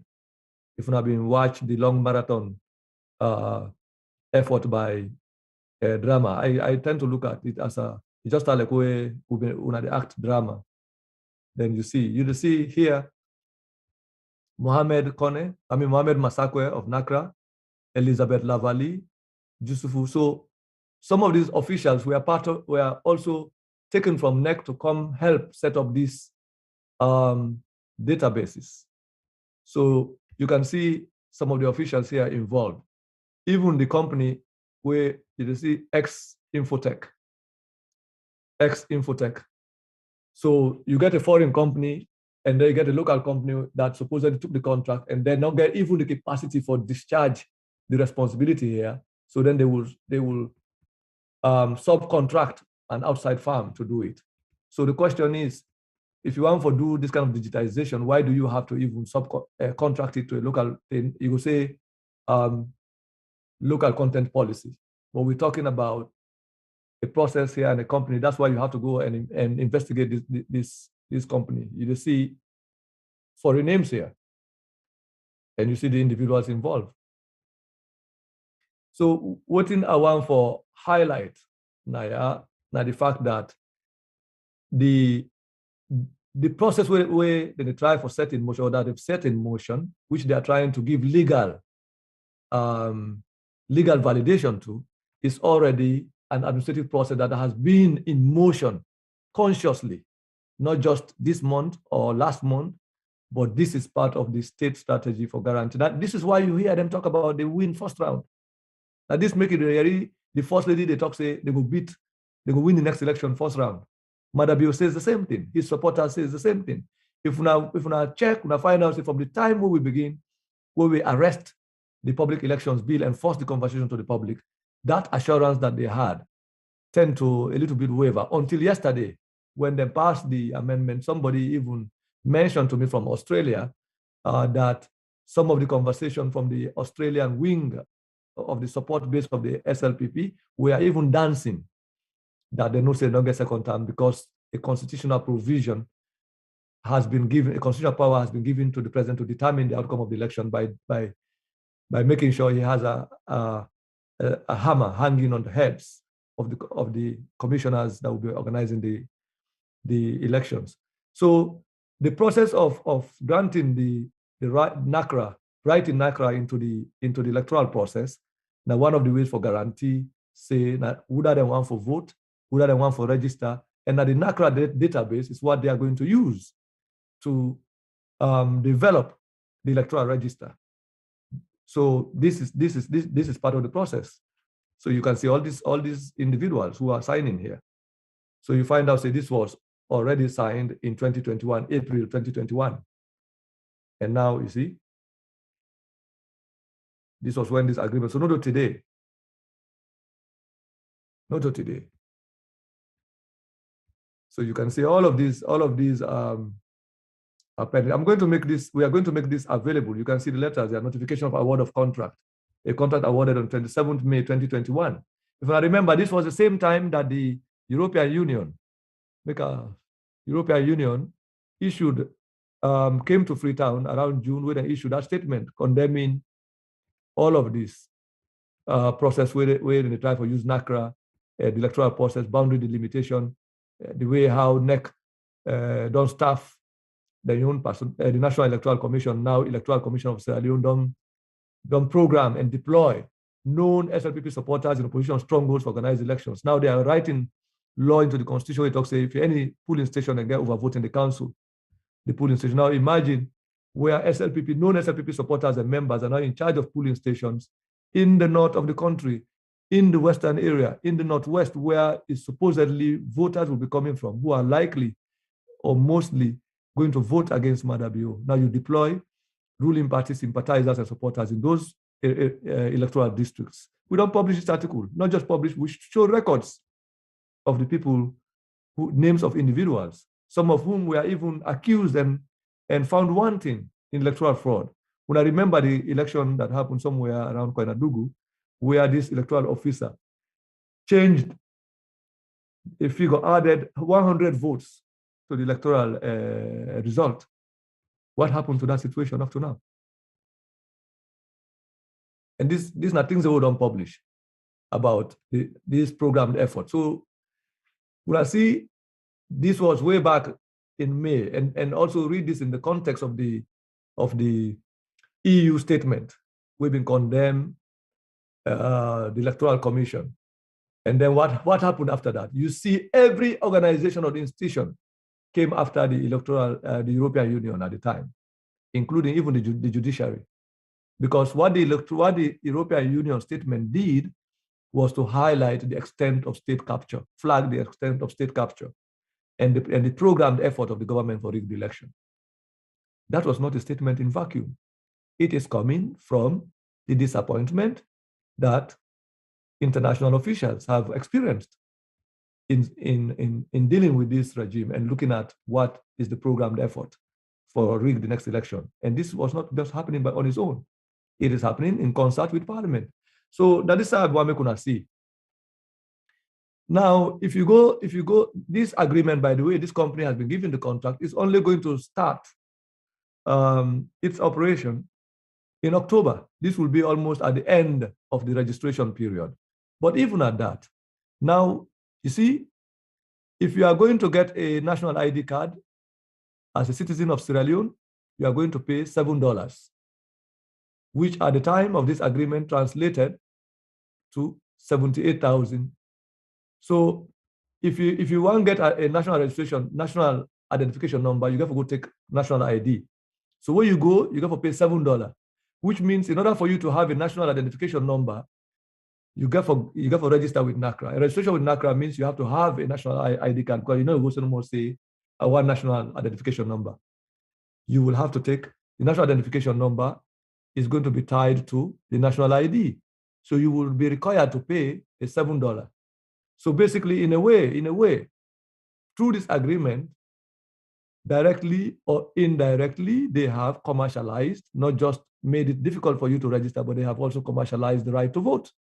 And this commercialization of the right to vote is given, the proceeds is going to a company that has the vested interest of the president.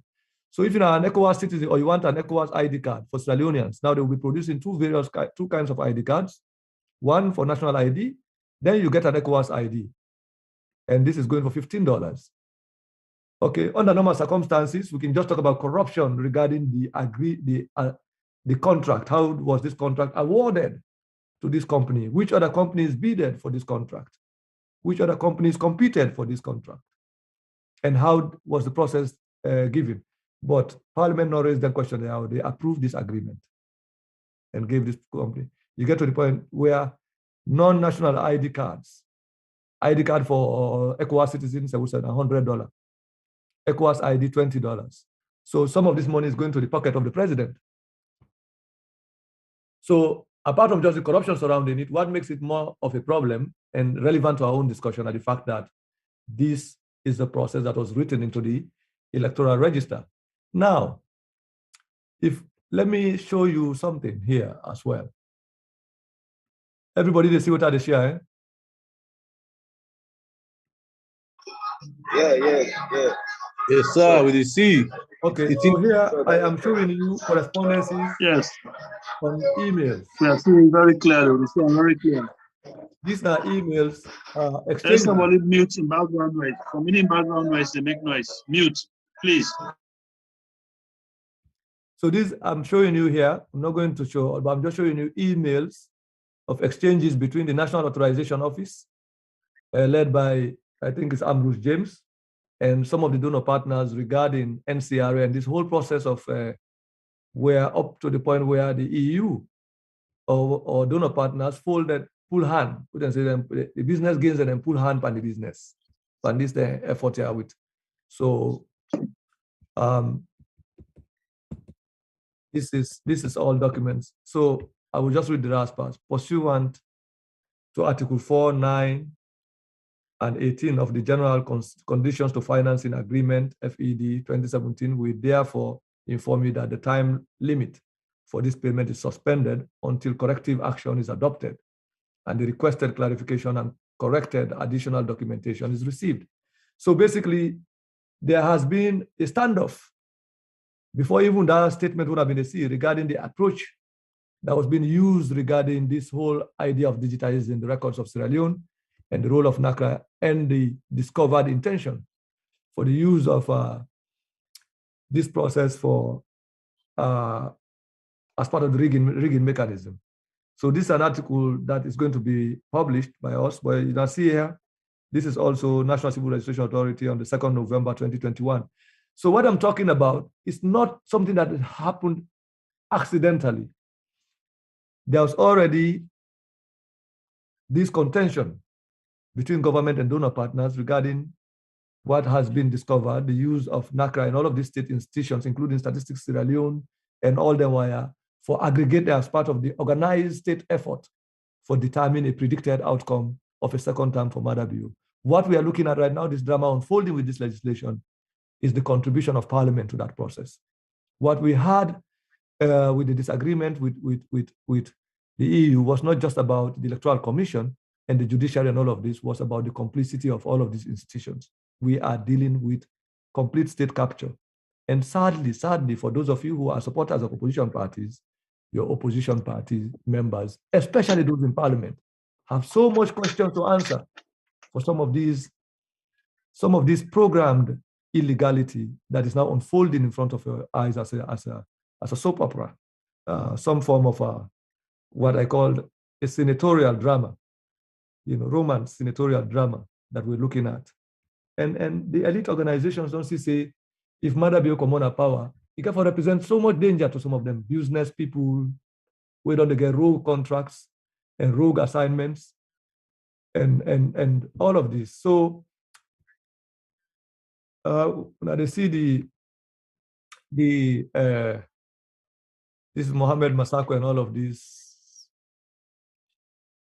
here. Should our request for extension meet the concurrent of the, so all of this I'm showing you is disagreement evidencing. So this is basically from the detailed comments on the financial and implementation status report on the support to governance sector in Sierra Leone in the area of civil registration, July 2019 to December 2020. So I think the key part of it that I will read is the conclusion. But I'm not worried about this. We get for make them all available and accessible to people then.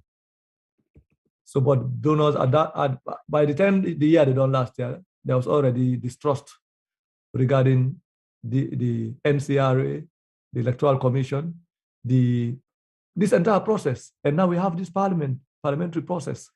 We lock in the background and helping to direct how Madabio will get a second term. So the information provided is insufficient to provide assurance that operations are effective, efficient, and economical. We regret NCRA decided not to avail itself of the advisory services provided by the resident IT technical assistance provided under the EU-funded TAT. Kindly clarify and provide, one, an itemized and costed list of what has been purchased. Where is the equipment, where the equipment is stored, procurement process, type, timeline, role, and responsibility of parties, composition of evaluation committee, number of applications, which companies were awarded the contracts for goods and services awarded, what software was developed, where and when was the software installed, based on what indicators was the developed software considered sufficient or not. Result, the information provided is not compliant with minimum standards. The result ought to be reported against the indicators and targets set under the program estimate. So apart from just the financial corruption and the fact that this non-compliance, I don't need for telling now, say from what the show now, I'm trying to illustrate the fact that there has been significant disappointment, even from your international partners regarding how our country is going. But it's incumbent upon Sierra Leoneans to decide whether they will allow a handful of politicians to sell the country and prolong the suffering of our people. So all of this that I'm showing you is part of something we have been following all these months and years and looking at. So this is basically the draft work plan on digitization that was developed in terms of, there's nothing wrong in digitizing the national records of the country in terms of building a record that will conform with modern developments and all of that. But it's also a disservice, an established here now, a disservice when all of this is programmed as part of an effort for determining the continuation of dictatorship. So I don't say a lot, but what I want to underline is the fact that while the public elections bill, the discussion around this is incomplete, parliamentarians and parliament is hoping that our interest around it will die. So they will do that. But besides, already what we've seen yesterday and today is the fact that yesterday there was a collective, there was a consensus on the part of opposition members of parliament and ruling party members of parliament regarding an effort for right into the constitution, an extraordinary power given to the president for sack an electoral commission on grounds of misconduct. They are saying in their own argument that was strengthened, make it difficult for make you do that. But in this case, that was not the original framing of the constitution. They not just don't say them for change the constitution, but they said an amendment happened in 2012, and according to them, there was no legislative instrument for even amend the constitution. So they find out that in 2012 they made that mistake. They put gross misconduct in the secondary legislation without amending the constitution. So now they thought that was illegal. It's an illegal process. Now, according to them, to right the illegality, they've decided to also use a backdoor effort to illegal method to also so-called correct an illegality. So both efforts becomes illegal. The opposition members of parliament in the APC sat there. They refused to even be counted to stand up and say, yes, they support that there was no disagreement. So basically, they have given Madabio, who is a competitor, a contender in the next election, the opportunity for sack even Kone if he decides say Kone, he's not satisfied with Kone, or he thinks say Kone no go do what he want.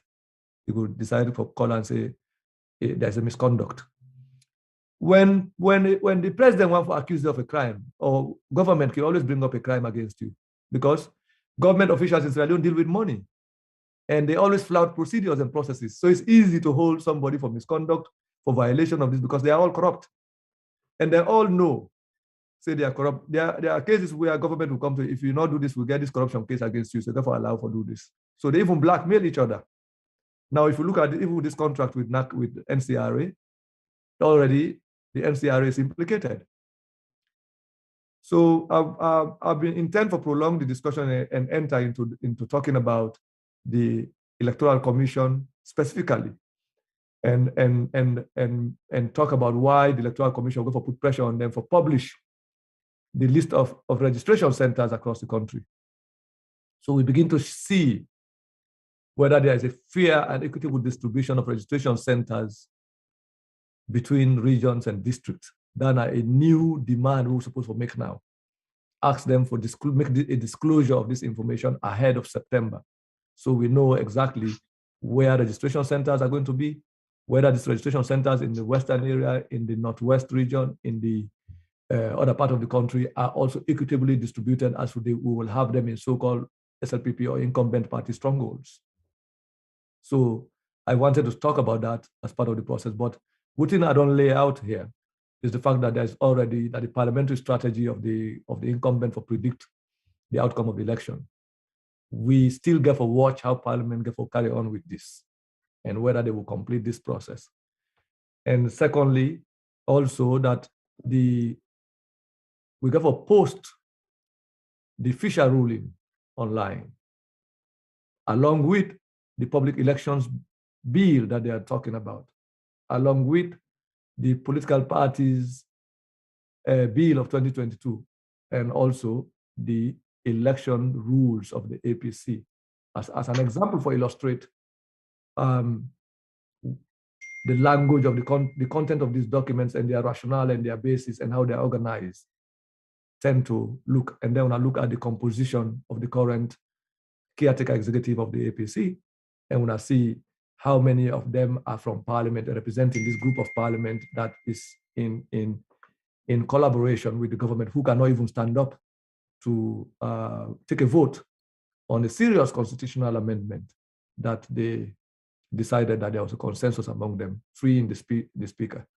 So I go on for stop here and thank everybody for that. There is another part to the rigging which deals with the court approach.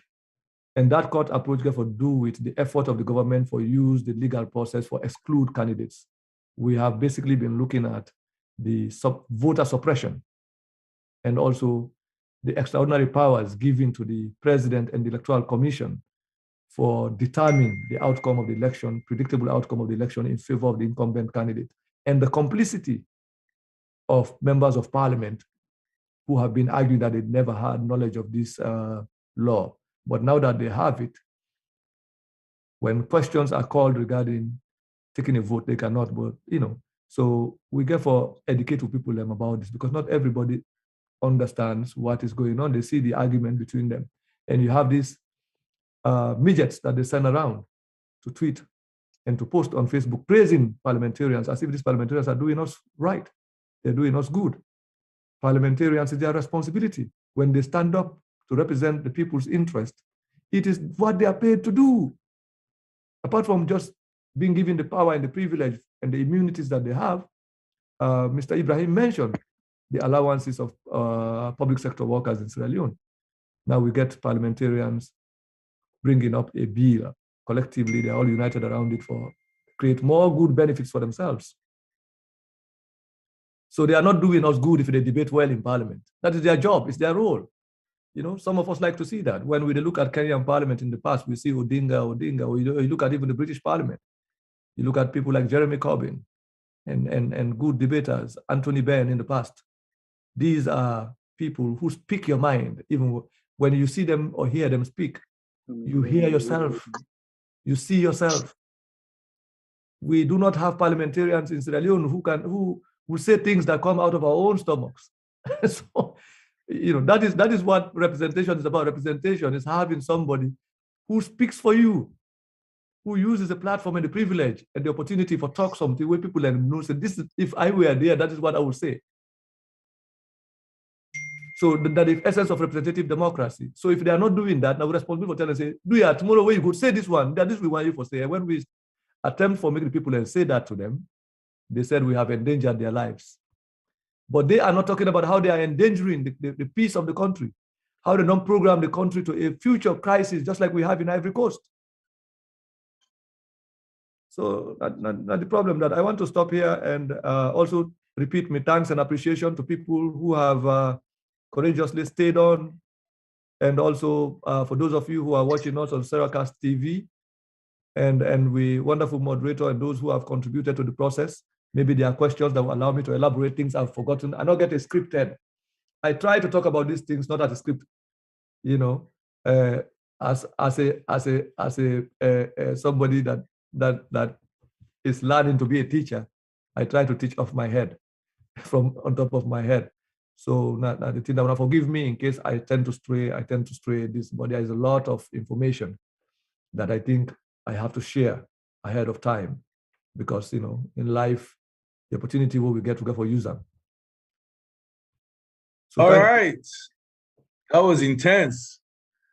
For me, what I get from out of all of that, now for say, some of them also where they happen so get for happen, for let the Mother Bill administration feel comfortable going into the elections of next year. As you can see, they are going through, this is just one piece of the puzzle. Well, I don't see what they don't do now, the National Electoral Commission. They don't increase all the salary them. Not only that, they move people around into strategic positions. In fact, some of them people there, where they move around, so they name them, they don't flag them in the last elections as unscrupulous people based on their behaviors during the 2018 elections. They're still there. Not only are they still there, they have increased their salaries and have positioned them in key areas where they don't say they need them. That's one. Also, you look at what's not happening in the statistics Sierra Leone and the bogus midterm census. That census day, then try for do with the EU, well, the World Bank, they sponsor them. So even at the time where the EU pull out or make EU election follow-up mission that went to Sierra Leone, Cherno just mentioned them a little bit just now, then go see, say, what thing they try for do with census and boundary limitations, not kosher in the year of elections, or where elections not too far. And they raised it. It is very rare to see international community development partner, they speak up permanently in such public way. So they be one for try for make a point. But Bill, as soon as you see some of the letter them, some of the contracts them, which Cherno just share to we all, some of them, I mean, there have been implications long before they even came to public to make those comments. But after that, I observed, say, the World Bank may still continue to support them, and that the government use that as a hideaway or for protect the filth. What did they do, for lack of a better way to put it? Because they say, if you feel that way, the World Bank, they still supports them. And this was made clear by the statistics SG himself, because he get a letter in the post, talk about bongology, say the World Bank don't get this money, But eventually the World Bank self pull out. They tell Statistics Sierra Leone, say, the way I we don't go about this, we not prepare it, we not even get the feedback from the pilots who get. And we don't feel say we are equipped for make Statistics Sierra Leone continue. So the World Bank say they will cease for fund this project from here on. The government, what they're supposed to do first, they go to the World Bank, then go match the make boku noise, try for threatening the people na Sunday. And then after that, then say begin make more. But yeah, other than this World Bank, if this will not get money, so then go for continue. Because the elections, the census results are part of the rig strategy. It had to go on regardless. All right. And then we'll look at NACRA again just now. You see how NACRA evolved on this contract business with the European Union. But some of when the forum there when they subscribe to, when I don't see say I publish an email from PK Moana, when President Bio and I guess #1 advisor, where he published in 2017 how the SLPP party write a press release that was against NACRA involvement in election matters. They stood firm on it, went on radio, talked about it in country. 4 or 5 years later, then same people that will be raised and seen they also against such a proposal, forget NACRA involved in the elections process. Now then they can't support the bill so now, and all the arguments they make last time, then they argue against them. How honest can you be, or dishonest can you be? 4 or 5 years, what's in change? Well, now, and then at the driving seat. And so all waiting them in the media against now, then therefore, all in the interest of rigging the 2023 elections. Some people, this is enough for high tone again, for clear. I mean, the evidence is clear. I mean, it's systematic, it's synchronized. The only factor we don't count Pufka or Lentia so now at the Africanist press. This is the X factor. They never considered such an organization which they show such courage, and not only courage, the quality of the work with the Africanist press self they do. I mean, we see governments able for remote them. And the government can't try for defend in the beginning. I mean, they can't try for defend finance rights, something. I think procurement and can't for council. The procurement guy in say Ingrid David Sengeren, for example, the DSTI, a carte blanche waiver from July. That's the chief office of the chief minister outside David Sengeren in DSTI office. They not even get their own money yet. If you follow the record, because I don't study them there. So I don't say when that July waiver with director of public procurement they put. If we now look this story, then Google one, money not kind side chief of minister office until August. Yeah, almost 2 months after they don't give the first lady, but that's another issue. The point why they try for make now for say DSTI under Senge, then buy 3 motorcar them in December, where they don't give them a waiver in July. This is just one example. There are a series of these things. If you look keenly at what in the Africanist press on the publish on financial corruption over the years, you see these things. I happen to ask Minister Senge, because we talk on Facebook. He doesn't like me these days, but we used to be friends. But I asked him for that. Now he tell me, say, that Facebook, I get the record, evidence day. He say, make me go ask in what's in the man where they do the in permanent secretary kind of posting where they're going to DSTI or at the office of the chief minister or at the office of the president, rather. Me for go ask the permanent secretary in all signed paper. But you the head of DSTI, you buy 3 motorcar where you don't pay, that's about 75% they put down payment for buy the motorcar for us. Anyway, So these are the kinds of things that have been happening in our country that we must see as Sierra Leoneans. We cannot fool ourselves. We cannot act like we don't see them. Well, you can see them and not talk about them, but not act like we say, they see them. Because then also then clear to we all, the financial corruption, it did.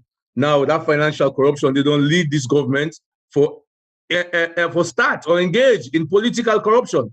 Not to say a start, because political corruption, I think it has been ongoing with this administration. I may be laughing here, but these are very serious matters that the will go for full research.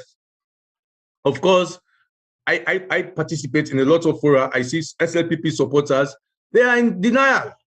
Some of them to the extent of employing intellectual dishonesty. They masquerade with pseudonames. Yes, in fora, disrupting stuff or trying to bring fake credits to the incompetent administration. From your eyes, I don't study governance for some time now. I mean, to just camp and this kind of here. I've even worked for government. I don't work inside State House. So I see some of these things. I relate to them. I say, yes, that's so and so they do. It's deep and entrenched. Now, the other side of this whole thing also, now the opposition member them, where sort of the sell game for what we don't see, what in China don't discuss over the past few months or past few weeks rather. It seems to me that indeed some of these people are in cohorts with the administration. I will give you an example recently, and maybe don't forget about this, but China, in one of the discussions, and I think at the first one, it showed me a letter where come out from Parliament in February 18, 2021, where the opposition leadership in Parliament, specifically Chevno Majuba and Kande Kole Yunkela, my relative. But they sent this letter also from Parliament. They asked government members for can respond to certain things them. However, they did not mention the source of what they were picking on or what's in the ENGPA, the corruption manifestations, publications that have been done by the African Express. I counted that after Cherno recently put this here up. I go back to look at Cherno African Express, the article. They will write over 30 articles where Parliament been the rights. Say they see this on BBC, they see this on social media, they see this. And they never mentioned the African Express. So to me, for the man who was big on public integrity, it left a big hole in terms of Parliament, then complicity to some of these things that are happening. People neglect for acts for evidence. To me, that is the greatest sign of evidence that Parliament, yes, they're not really, at least by this African Express in publication, they're not trying. Particularly when they write a letter like that, they will become public. They're not even mentioned. It's plagiarism, intellectual plagiarism, parliamentary plagiarism, in my opinion. All right, Mr. Don't talk with Muhammad Small. We therefore entertain questions now from other people. We don't listen to what Chairman or don't say. I mean, there are some other things I can talk about. Why they look at that contract, what they give for 15 years. I hope some of them will talk about that. They can bias the place with my own opinions. But they're based on facts. My opinions are based on facts. I've been studying the African Express reports for some time now, and we approve bank statements where they show transactions there. And they had for deny. Anyway, Scanner Freak. Are you ready to? Yes, sir. Thank you, sir. Thank you, sir. All right. Sierra Leone, they don't sell and done. But we forget a solution. And I'm offering a solution. I am doing this for God and country. Man not afraid, say a die afraid. 1, 2, me talking, I don't believe say anybody get anything for do me. Bring you gang come it me na Norway. So until you go, that's you go no say broko no get owner. That amendment yesterday automatically don't give Julius Maada Bio the right for win the next election. And it had the consent of all parliamentarians. Now we are going to start a mass education of the electorate. None of them should go back to parliament. There is a consequence for everything we do in this life. Until they don't sell them birthright for Kukwebe, now let them suffer the consequence. Let us mount a concentrated and sustained education of the masses. None of this crop of members of parliament should be elected again. I stop here, sir.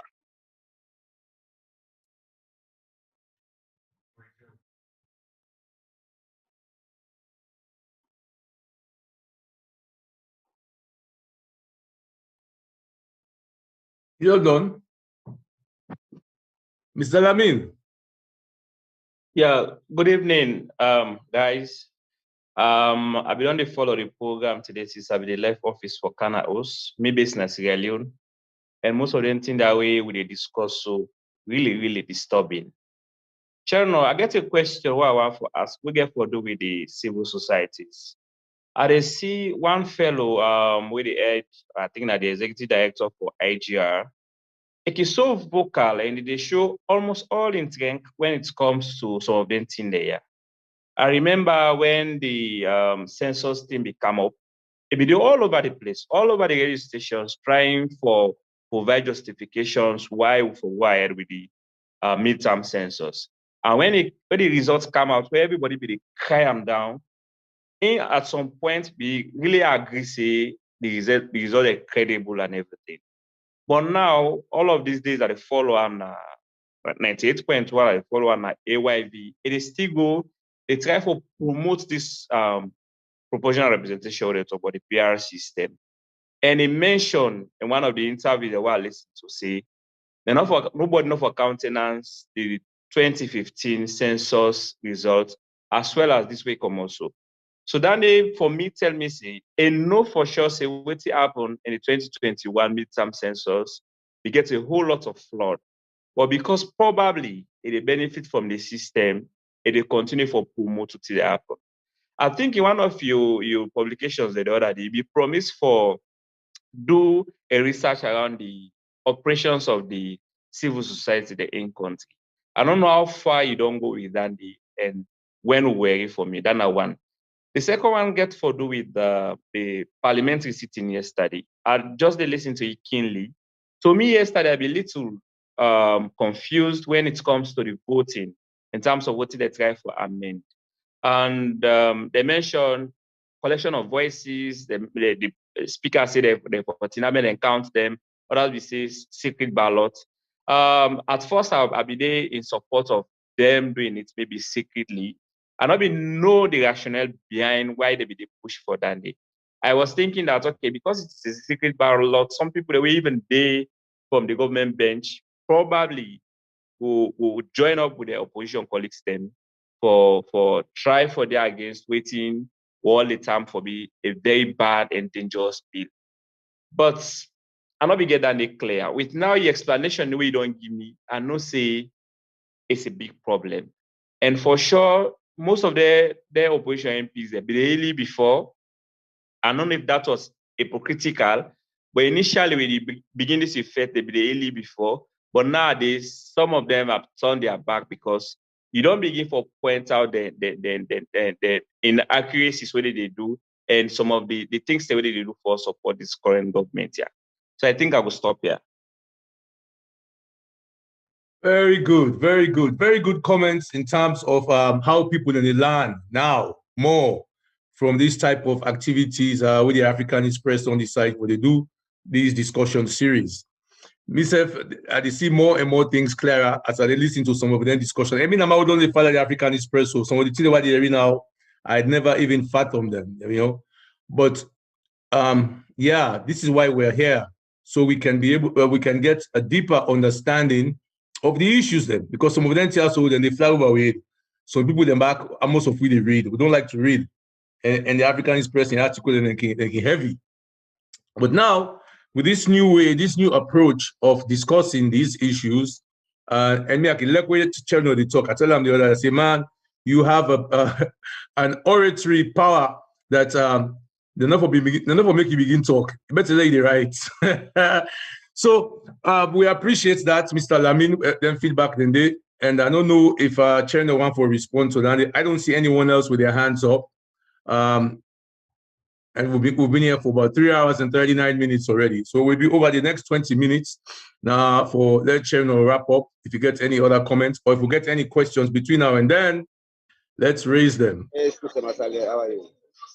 Good Andy. Well,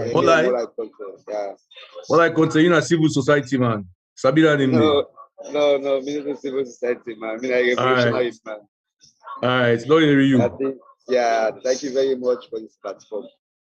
I want to say good evening to we all on this platform because I believe this is a platform where will become more educated into the rights and responsibility and how the government operates.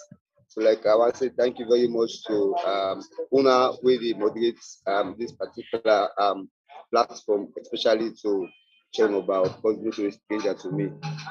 What you need to try to say is Director Chernobyl, you know, please say this now something where the colonizer they try for bring because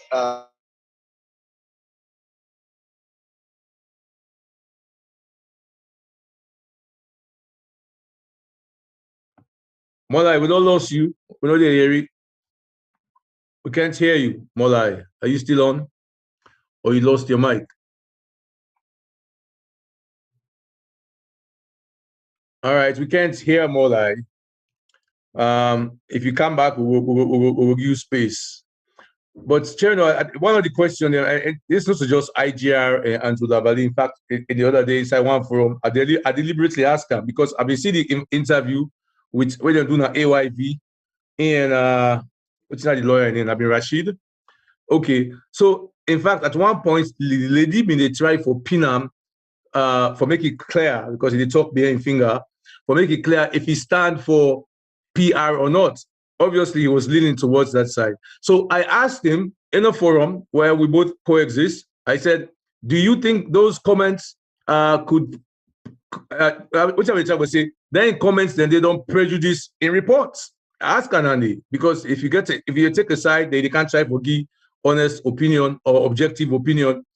Definitely, they don't go together. So I asked him that, and he never came back to respond to my answer. He answered something first. First, I ask him if Andrew Lavalley writes this. He say yes. Now something like that. Say if you feel say this go bias you reports, then kind of position you really take, and that's what the girl at AYP was trying to do actually. And you know he gave in and showed his hand. This is just one civil society organization. There are many of them like that, but I'll defer to Mr. Ba on the matter.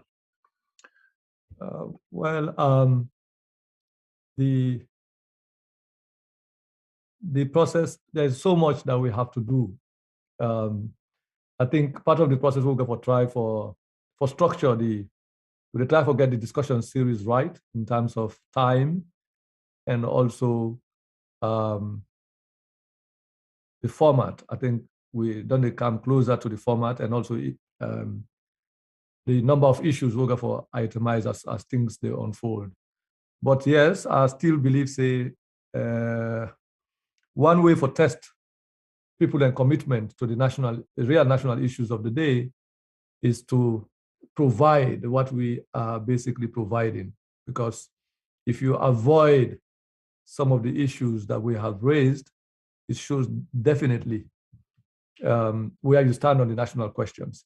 As we are still going to publish a report on civil society work, and not just that, we will not talk about media. In fact, some of the media work we will not begin publishing. I think we did publish how the Petroleum Regulatory Agency, as an example, they use advertisement as a way for hold the media, and mostly pro-government media.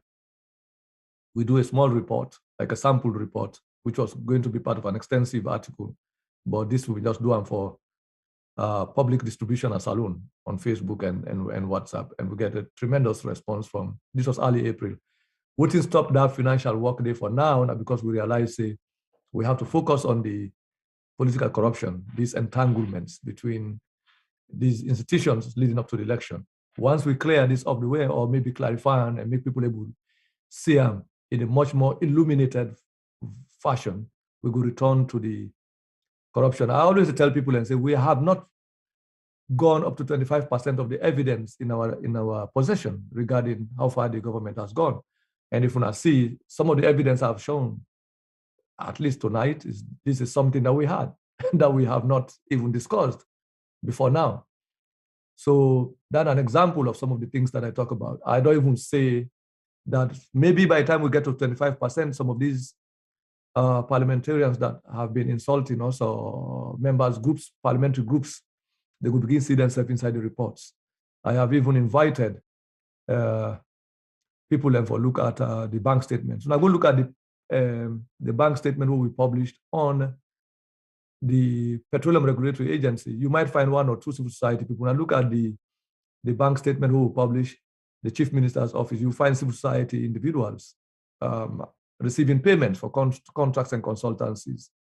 Example is Hawa Samai in the Chief Minister's office, who was given a consultancy for the development of a program relating to the peace, is it Peace Commission, I shouldn't call her.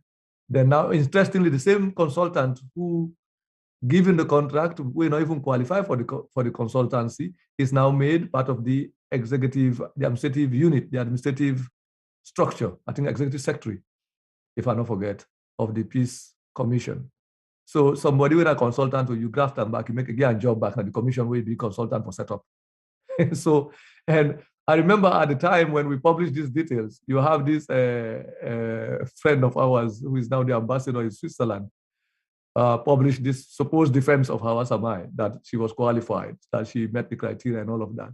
But you see it not even take long for see the corruption back inside, the nepotism and corruption inside the situation.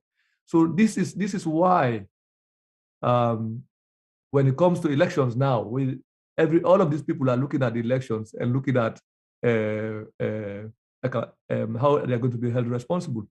The elections of 2023 are not ordinary elections.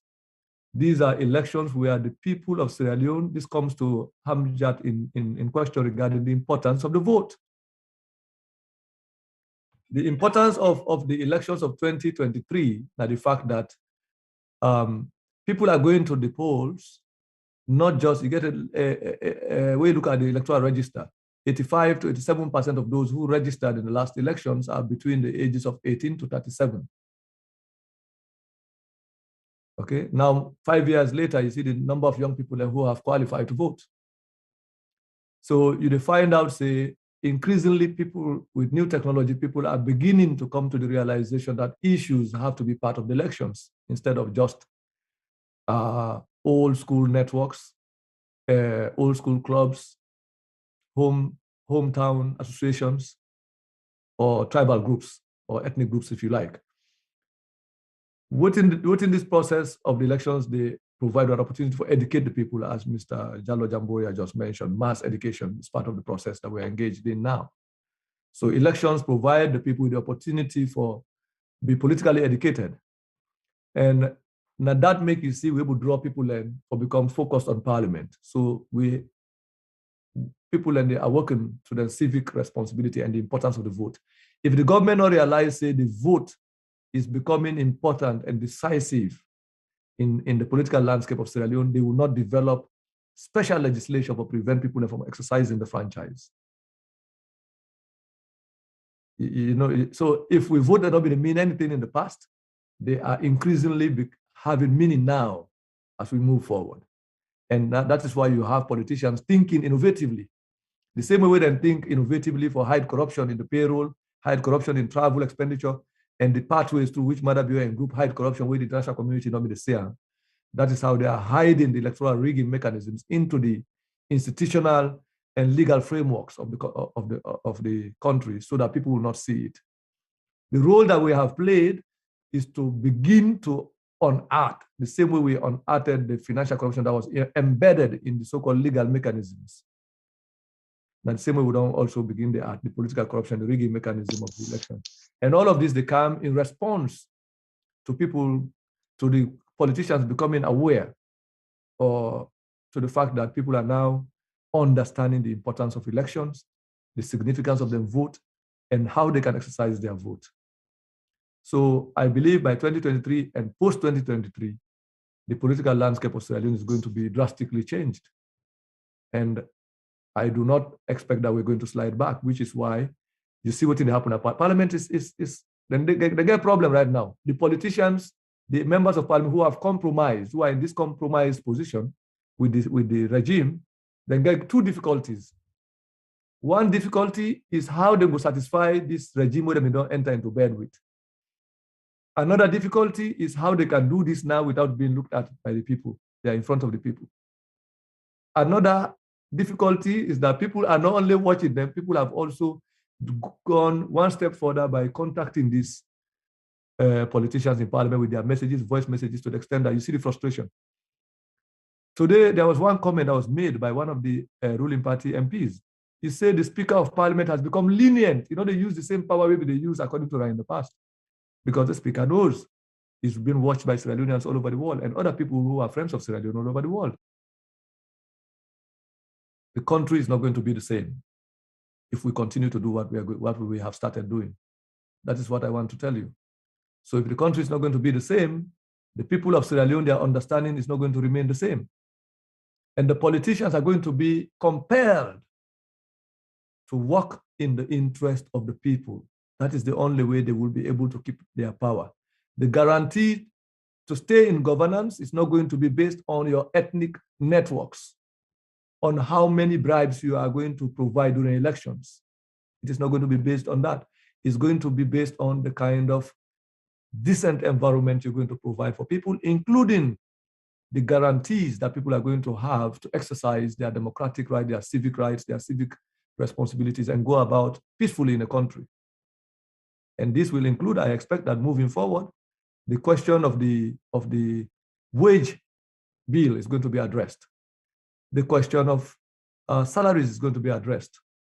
Because where we have to, if parliamentarians will now develop good salaries and welfare benefits for themselves, the only way they can maintain that is by ensuring that at least at the level of the public sector workforce, people are paid decently based on their qualifications and their experience without necessarily being connected to the state. Once we're able to forget them there, and obviously all of the issues that I would address, so they are going to go in vain. In as much as the politicians in power and their allies are trying to pretend that what we are doing is not having an impact on them, we know say it's having an impact. If it's not having an impact, Abbas Bundu will not start a whole parliamentary debate yelling at us for basically telling people to exercise their right to free speech, their right to democratic engagement, their right to participate in the representative democracy of their own choice by calling on their representatives to represent them the way they want to be represented. Because for 60 years now, parliamentarians have been telling people how they are representing the people. Now we are turning the tables. We are saying people should tell the parliamentarians how the parliamentarians should represent them, and the people did exactly that. In the past, we tell people and say, when I text MP, they will say no, they're afraid. And people, they say, damn it, they did not only send a message, they sent voice messages, they tried to call. They even told us, yes, we don't do them. So that is no small thing. We cannot underestimate what we have done, in as much as we have to be resilient in continuing what we are going to do. I have faith in the people of Sierra Leone, which is why you see I continuously, they do what they do, regardless of whether somebody is clapping or dancing or happy for it, because I know the ordinary people who are affected are waking up, and they're waking up so fastly and taking charge of their own future and their destiny for decide to politicians, this is how we want to go. So it is either the politicians catch up in a good way, or the people are going to leave them behind. So I don't want to repeat all what I don't say. I want to thank everybody, and also I think so we don't exhaust the time. I want to thank Seracast TV for the opportunity and making their platform available. This is a collective effort and enterprise. And I want to thank our dedicated moderator, Mr. Masali, and Scan Afrique, all the people who contributed to the conversation. Me want for stop me own, I accept other person want for do now the closing. All right. So what do we think, Sierra Leoneans? Well, I know you're really smart, don't talk for at least 2 hours out of the 3 hours hold on in there. A lot of stuff to consider, think about. For me, my own struggle in all of this, or the reason why me they do what they do so now for say, if the people of Sierra Leone want for vote this administration back in, let them do so free and fairly. If the people of Sierra Leone want for change what in gets today, let them do so freely and fairly. So I will tell you now my own slogan what we don't develop for these elections. I say 2023, no rigging. Who that win, a win. And this we as Sierra Leoneans for aspire for happy in our country this time around, because I can always say we're at a crossroads that with transformation as a nation. If we get things right as a people, as a nation now, and I don't know what right is, but if we get them right now, I think it will be the beginning, or it will become the beginning of that belay we don't get for 17 and now belay of hope, pregnancy of hope. 17 years straight, I still not born speak here yet. But I think say we get closer to that if we get this right this time. Here's the thing that's different this time. Many times them where governments and they operate in our country, we get for find out what thing they don't do after they don't left. What a person will come inside, like for example, what happened in 2018, the SLPP administration of President Madabio come in with a COI, Commission of Inquiry, COI. Now that 10 days will begin for see and know the things them will be happen, will not be no buts inside the APC administration of Ernest Bai Koroma. But now, these same people also will be exposed, if you will, the previous administration, then corruption. God can make we know say themselves corrupt. At the same time, when they do the corruption, not after the fact. Publications, the revelations from the Africanist press, the audit reports all the audit reports in 2018, 2019, 2020, now be the worst one, where the president sees. And when the president sees an audit report that belongs to the people of Sierra Leone, in my own 6 decades of living, it is unprecedented. Never heard of that, but it is the greatest show of admission of a corrupt regime. The audit report, na Caesar. So it's up to us, Sierra Leoneans. I mean, we can do all what we're doing here. Channel can talk all he wants, and I know say Channel Africanist press don't become the X factor that we governance. Now we don't see corruption as it happen every day. He mentioned at this program, I say, if you show 2019 bank statements of the Bureau of President Bureau itself, 2019, because they are so, disastrous in terms for corruption matters that it decide to hold on to her for now. He also mentioned 2021, 2022. These are all things that we are not even aware of yet. So when he says perhaps that they have not released more than 25% of the information they have on this administration, or the corrupt information they hold on this administration, we can only hope for CM in the near future. But the point is, corruption is being exposed as it happens. This has never happened in our country. And that is why I believe this is the moment where the rubber meets the road. Something has to give, and not to evil who can win over goodness. It's not possible, because good, they always overcome evil. And this is not the moment, at least in my mind, when we did our country, it is time to transform our country by doing these types of things that we're doing. Parliamentary accountability. We've never seen it like this before. Even presidential accountability. I mean, like I say, previous governments are way they don't go now be sitting in a COI. But interesting enough, the same people them when they prosecute or when they testify, like the director of procurement I mentioned earlier, that same Monday when they testify against APC, now they bring fake waiver where they give from July for buy something in December, where God in no say now after the fact, after they for cover up the Africanist press them exposure, or then 3 Toyota them and other thing them, they make them call that carte blanche waiver. And then at the I never see anybody circumvent procurements like that. They can do it, but this way also it beats me time. All right. Abdullah and Mr. Amjad, as soon as hand and they up. So in that order, Abdullah, now you are first. You want to give a closing opinion or which you do right now? Go ahead.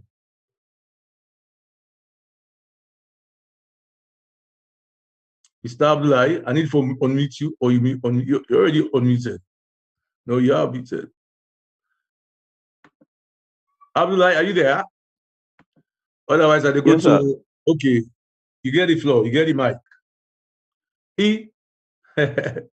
Try back.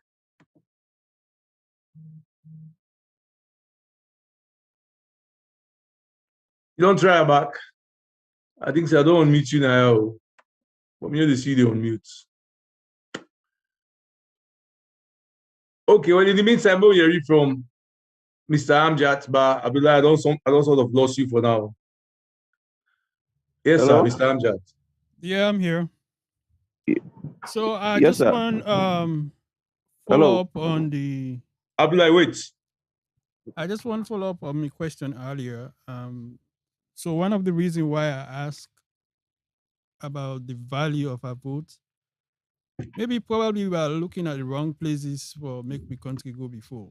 If, in addition to advocating for the vote, if we can also look on other areas like, the constitution, the power of the president, the power of parliamentarian, and kind of restructure that, maybe that would be more meaningful to the development of Sierra Leone than just keeping the same rules, same system of government, and still asking people to vote when we know, say, within us that our vote really doesn't mean anything. So I don't know if Channel can come back in and just elaborate a little bit on that. What think our best choice going forward? What think will really bring development for Sierra Leone?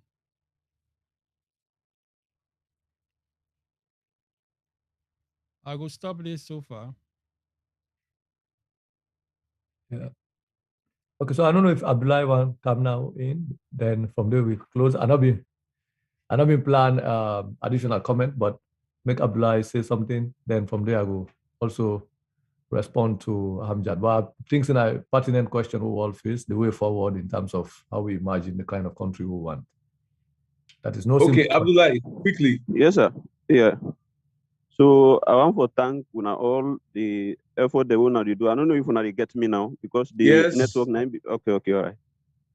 So as I say, I just want to thank una all the effort they want to do. This mania, it don't really help this country, and we also we glad for the part of this revolution. I just want add again to one brother Lamin. We talk about the civil society for say like waiting Cherno Mr. Chernoki always tell we say the government get allies them, we get across, we get from the civil society, the journalists, even the national medias them. So like this particular man, so anytime as what we expect from civil society, somebody where they advise government on anything where they understand say this particular thing is wrong.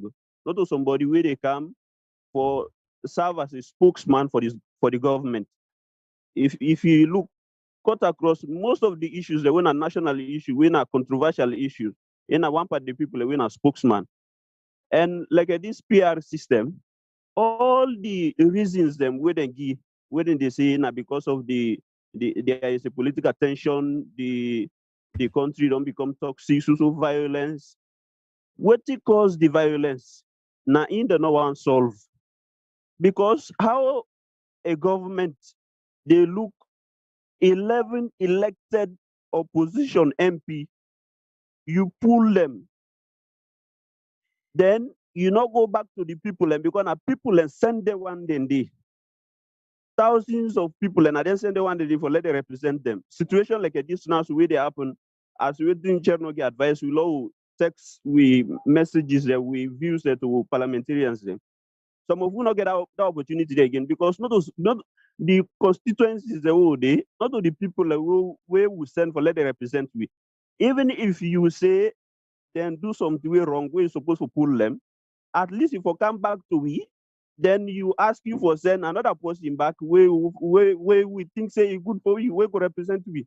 Not you go just put somebody from elsewhere you put up on top with. So how you they expect the people for react? How you they expect the people for feel? So the political tension and the toxic business what they talk about, now they start for create them. Then they look a one old political party, you call them not terrorism, and then political parties then they thousands of Sierra Leoneans then they support the one then they and then get people the way they represent them. You call the one then they as terrorists. You do a lot of atrocities there across the country. Then people and they all get fumble them, they get people and when are friends them, all the one then they cut across the country. You know the soul down you say now because of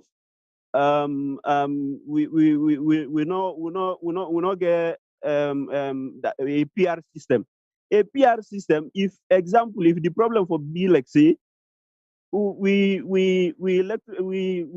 net officers that are not able access to any part of the country where there were access for let people and go vote, then they count solutions. Say, okay, Lord, implement this solution. But if you count the toxic, you say now violence and all, we're expecting now for go to the table, then you go through what not be the problem, what take out this violence.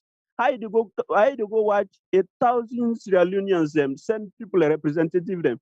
You go pull them, they not come back to them for let them give you the view. Then you go, you impose another person. You say because of the law and all. Okay, look at what they happened recently with Dr. John Idris Lahai, where he allegedly say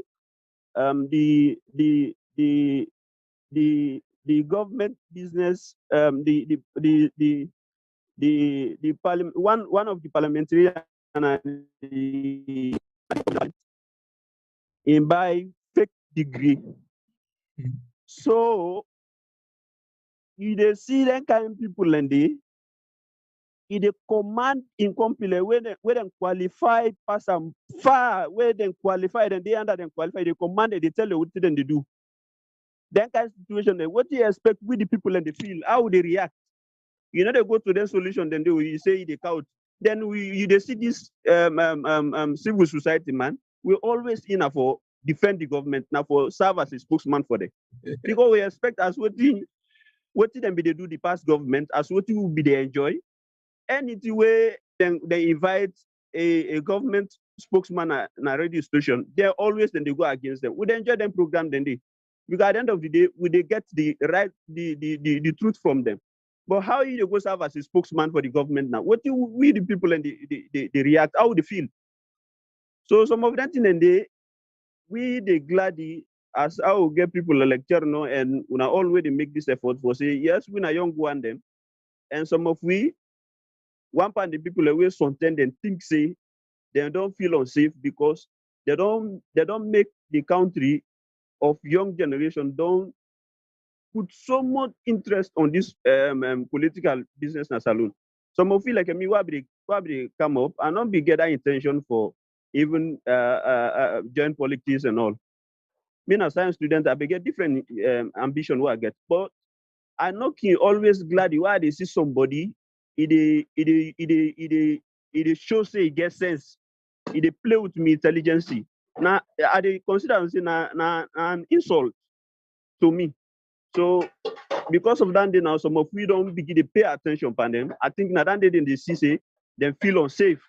So then see the political this that and kind of. So we they tell Natenki and we they also tell Mr. Cherno for say the effort we do, you know, go ever go in vain. Amen. We take each and every detail to consideration.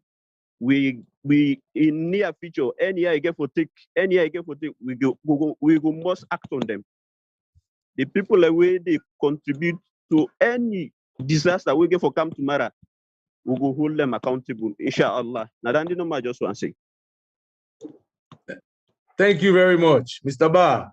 I see Amjad getting hand up still on from the previous question, Amjad. If you get something for say, okay. Yeah, things the Amjad in question. One way for allow we for reflect is a reflective question. So now maybe we get for consider as part of the discussion series for talk about what kind of country do we imagine, and what is the solution to that kind of country. That's not going to be an answer that's coming from me alone. That is the that is the collective answer. But what it tells me is that as long as we begin asking ourselves this kind of question, which kind of country we need, what is the solution to our national problem, then that is a higher level of understanding, because then it means we are talking about what is the national solution. So that national solution or national program we for resolve we predicament as a nation has to be a collective conversation as a nation. So it's not going to be just me, but I'm glad if I read that question, because that is a question I ask myself all the time. And one of the questions that they lead me into doing what I do, hoping that other people will see the problem and begin to think about how do we resolve this problem. So thank you, Amjad, and thank you again, Sarakas TV, for the wonderful opportunity. Let's continue this conversation. Out of this conversation, solutions will emerge. So I want for Tapia. Papi, how is it? Yes. Okay. But today, I want to play the closing music. Yeah. Okay. But don't forget the copyright. That area. This is not your fountain. The truth. Get for pulling self na do. Okay. By way of power. By the master and you. So more say goodbye now to people, right? Yes, but I've already sung I'm just for young and for a 3-minute song. Any song done. Yeah. We appreciate Sierra Cast TV. Oh, don't go. A busy man. Oh, yeah. Well, Mr. David Danke, when you show down the for ask question, Skyman this. Last week back, I give you opportunity for ask question. You say the hook. Hello? Let me go. I didn't even pay you first. I said last week I give you road for answer question. The balance we say the hook. I know, big brother. You know, say I always deal with you now. Now what you show done? Yeah, I did tell you, but. All right, no take your question or comment. I did take her for you, for your sake. Okay, thank you, my big brother. I just want to tell we all thank you at least for the spear with time. You know, for sensitize each other. At least more especially you, Mr. Masale and Mr. Chenroba. Allow they pray to God for let God guide and protect you now and continue for you now the wisdom. At least for do it too now they do so for the sake of Mama Salon. You know, for far too long, we really don't suffer. You understand, over bad governance. But at least, like what two brother Chenro don't they do within team. I believe say not to them get for tell you again waiting for do because every day when they read some of them theory then they publish, at least in the hot way. Because considering the way how we people and they suffer and the resources the way we get to our country there, I don't feel say we people and deserve this kind of a situation where then they go through. Really. So me, I just tell we brothers them, Ali, we need for stand up. Tell no get for tell we again no.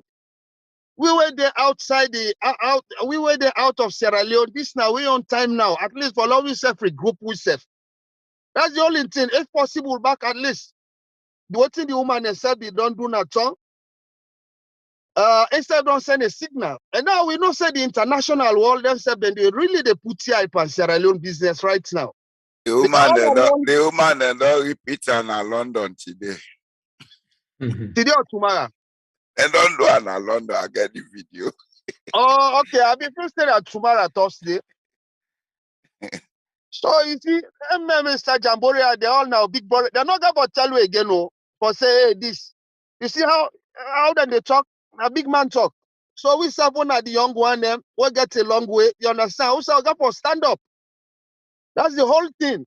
No matter what, how them brother they come up, then they talk, then they sensitize we.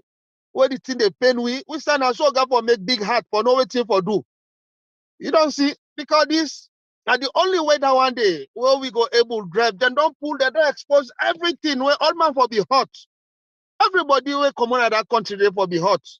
You see, but we got a style where people and say for do this, especially where they outside. You know, if we say we not go for, if we say we not go for sacrifice that time there for that we country, it's not gonna be easy. Oh. So I mean that one day no more adjust. Now that comment they no more adjust one make Mr. Masale, we really get for stand up, bro. Una don't do our own part. Now una they do so. So we say for own part, at least now for now come out. And the only way how we go able to kick these bad diseases. You know, say even the election, even in change person, that Sierra Leonean heart. You understand? A most compara, even this man when Mr. Kane, some of we not be ever be the expect say wait from that way in take over, that 110 elections will happen. That man go come out and pronounce the rightful winner. We'll all be the get doubt over that man. But I believe say yes. You know, there are certain time they buy a hard for let you bend this thing. And the outside world, the international world again, they watch. So whatever the useless, some of the useless parliamentarians and don't do, you understand? And they left to them. You know, then you let them know say now go then don't they go so now. You see, but we serve as a civilian, we got for stand up both home and abroad. So I tell you, thank you, Mr. Masale. Well, thank you. Chena, one comment on that because no, I think so for just hang on for now. We will continue from here since this is an ongoing series. Thank you, Mr. Lamin Denke, for that contribution. We appreciate everybody who don't contribute, and thanks to Seracast TV. Like we not put Nasio Fonte again. I think say we don't exhaust. So that means you go listen and now, Papi. No problem. I see. The truth will reveal itself. Yes. Voila. All right. Thank you, guys. We will see you again next week as we have committed to having a weekly series, at least for now. It may change to daily in the future or monthly, depending on how it is what it is, how it is in the country. In other words, whatever happen, we can respond. Like today, so normally plan for talk to now. I mean, Thursday we don't plan, but we decide for doing today because timing, is important in part of what we do here in terms of supporting the pioneering African Express. Yes. Thank you, ladies and gentlemen, for your patience and tolerance. We'll be back next week. All right. I'm ending it. Everyone, thank you for everything. Later.